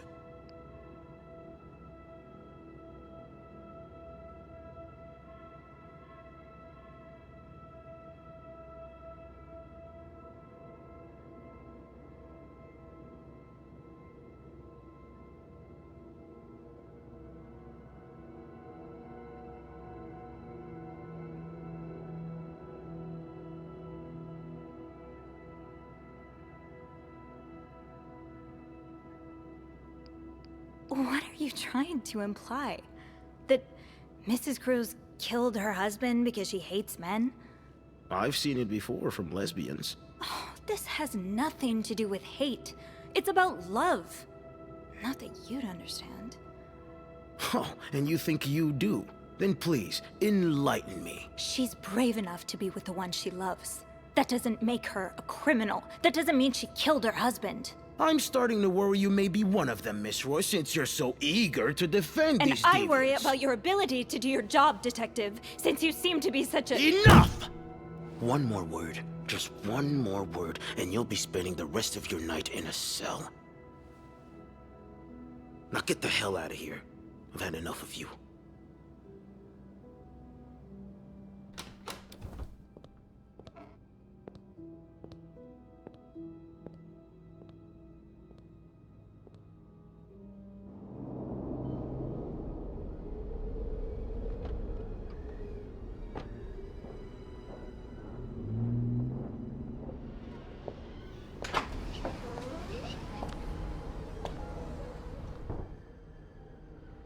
Bernard was strangely chipper on the phone.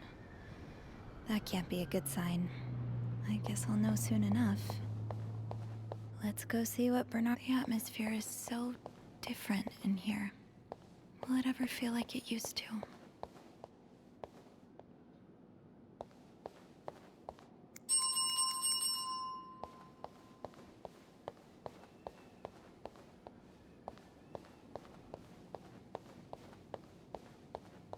It'll probably be a while before the hotel reopens.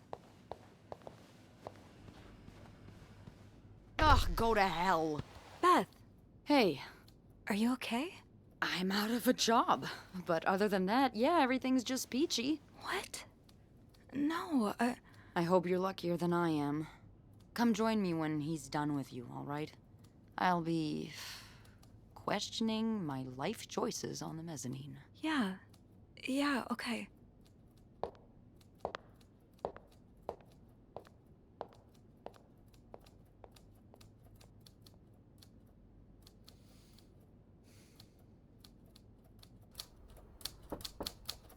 Ah, Miss Roy.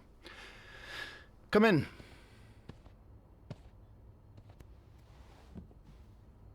I suppose you know why you're here?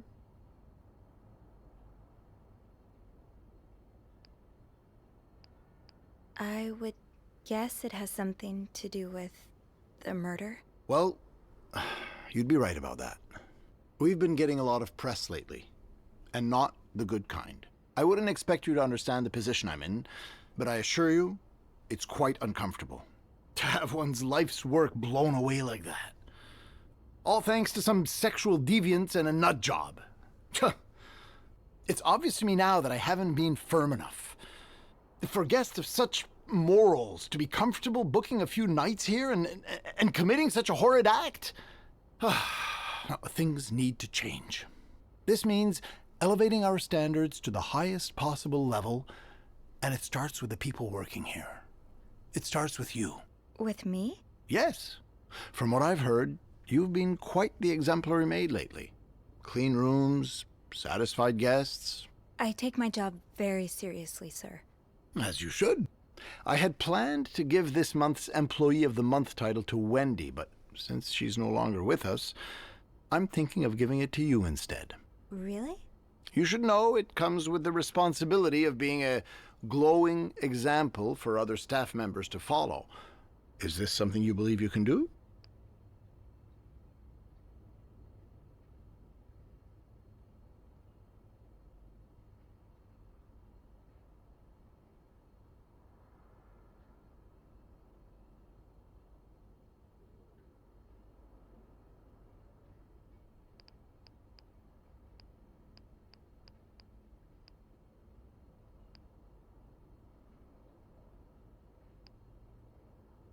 An example? Me? No, I don't think I can. Oh, well, that's a shame. I've heard this month's reward from Weston's will be quite nice. Well, I'm sure one of your colleagues will be more than happy to have it. That'll be all.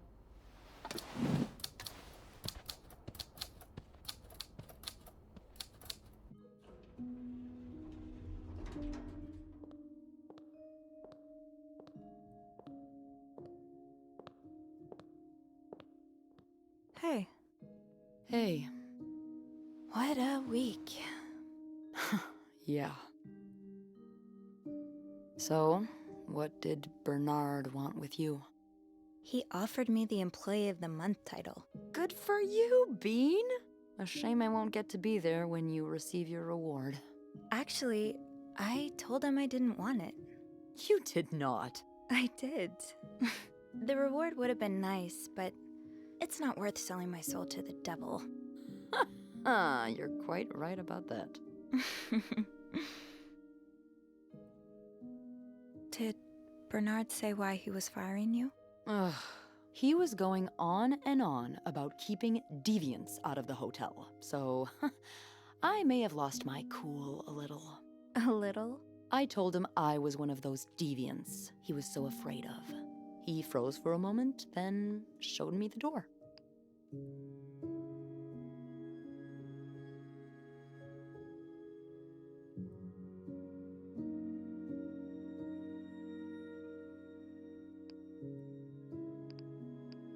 So, what's next for you? I think I'm done working under Bernard's or Linda's. Maybe it's time I become my own Bernard. Minus the fascism, of course. I could see myself owning my own establishment, one that caters to the right kind of crowd. Believe it or not, I do enjoy the company of people, just not, the stuck-up, entitled clientele of this prestigious hotel. But maybe if I were behind the counter of, say, a bar instead of a reception desk. I don't know. Is that silly? No, it's not.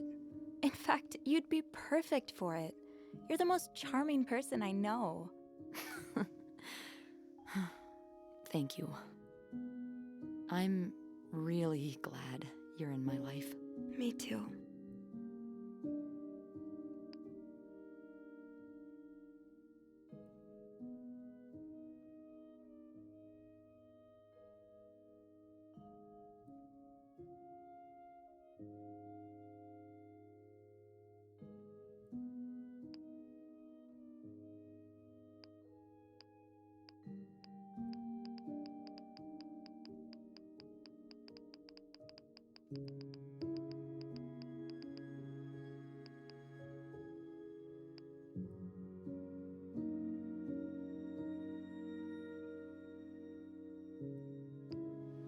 Can I,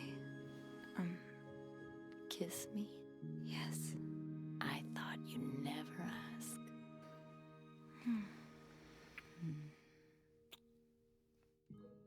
That was... I know.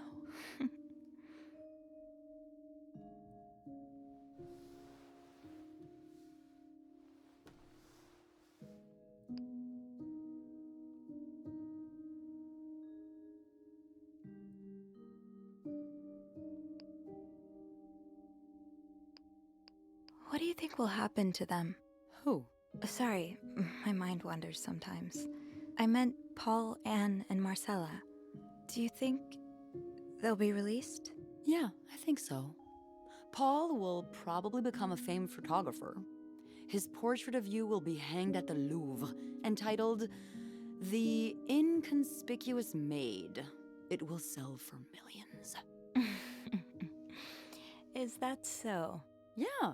And Anne and Marcella will ride into the sunset on the back of two Appaloozas, watching over their newly acquired ranch.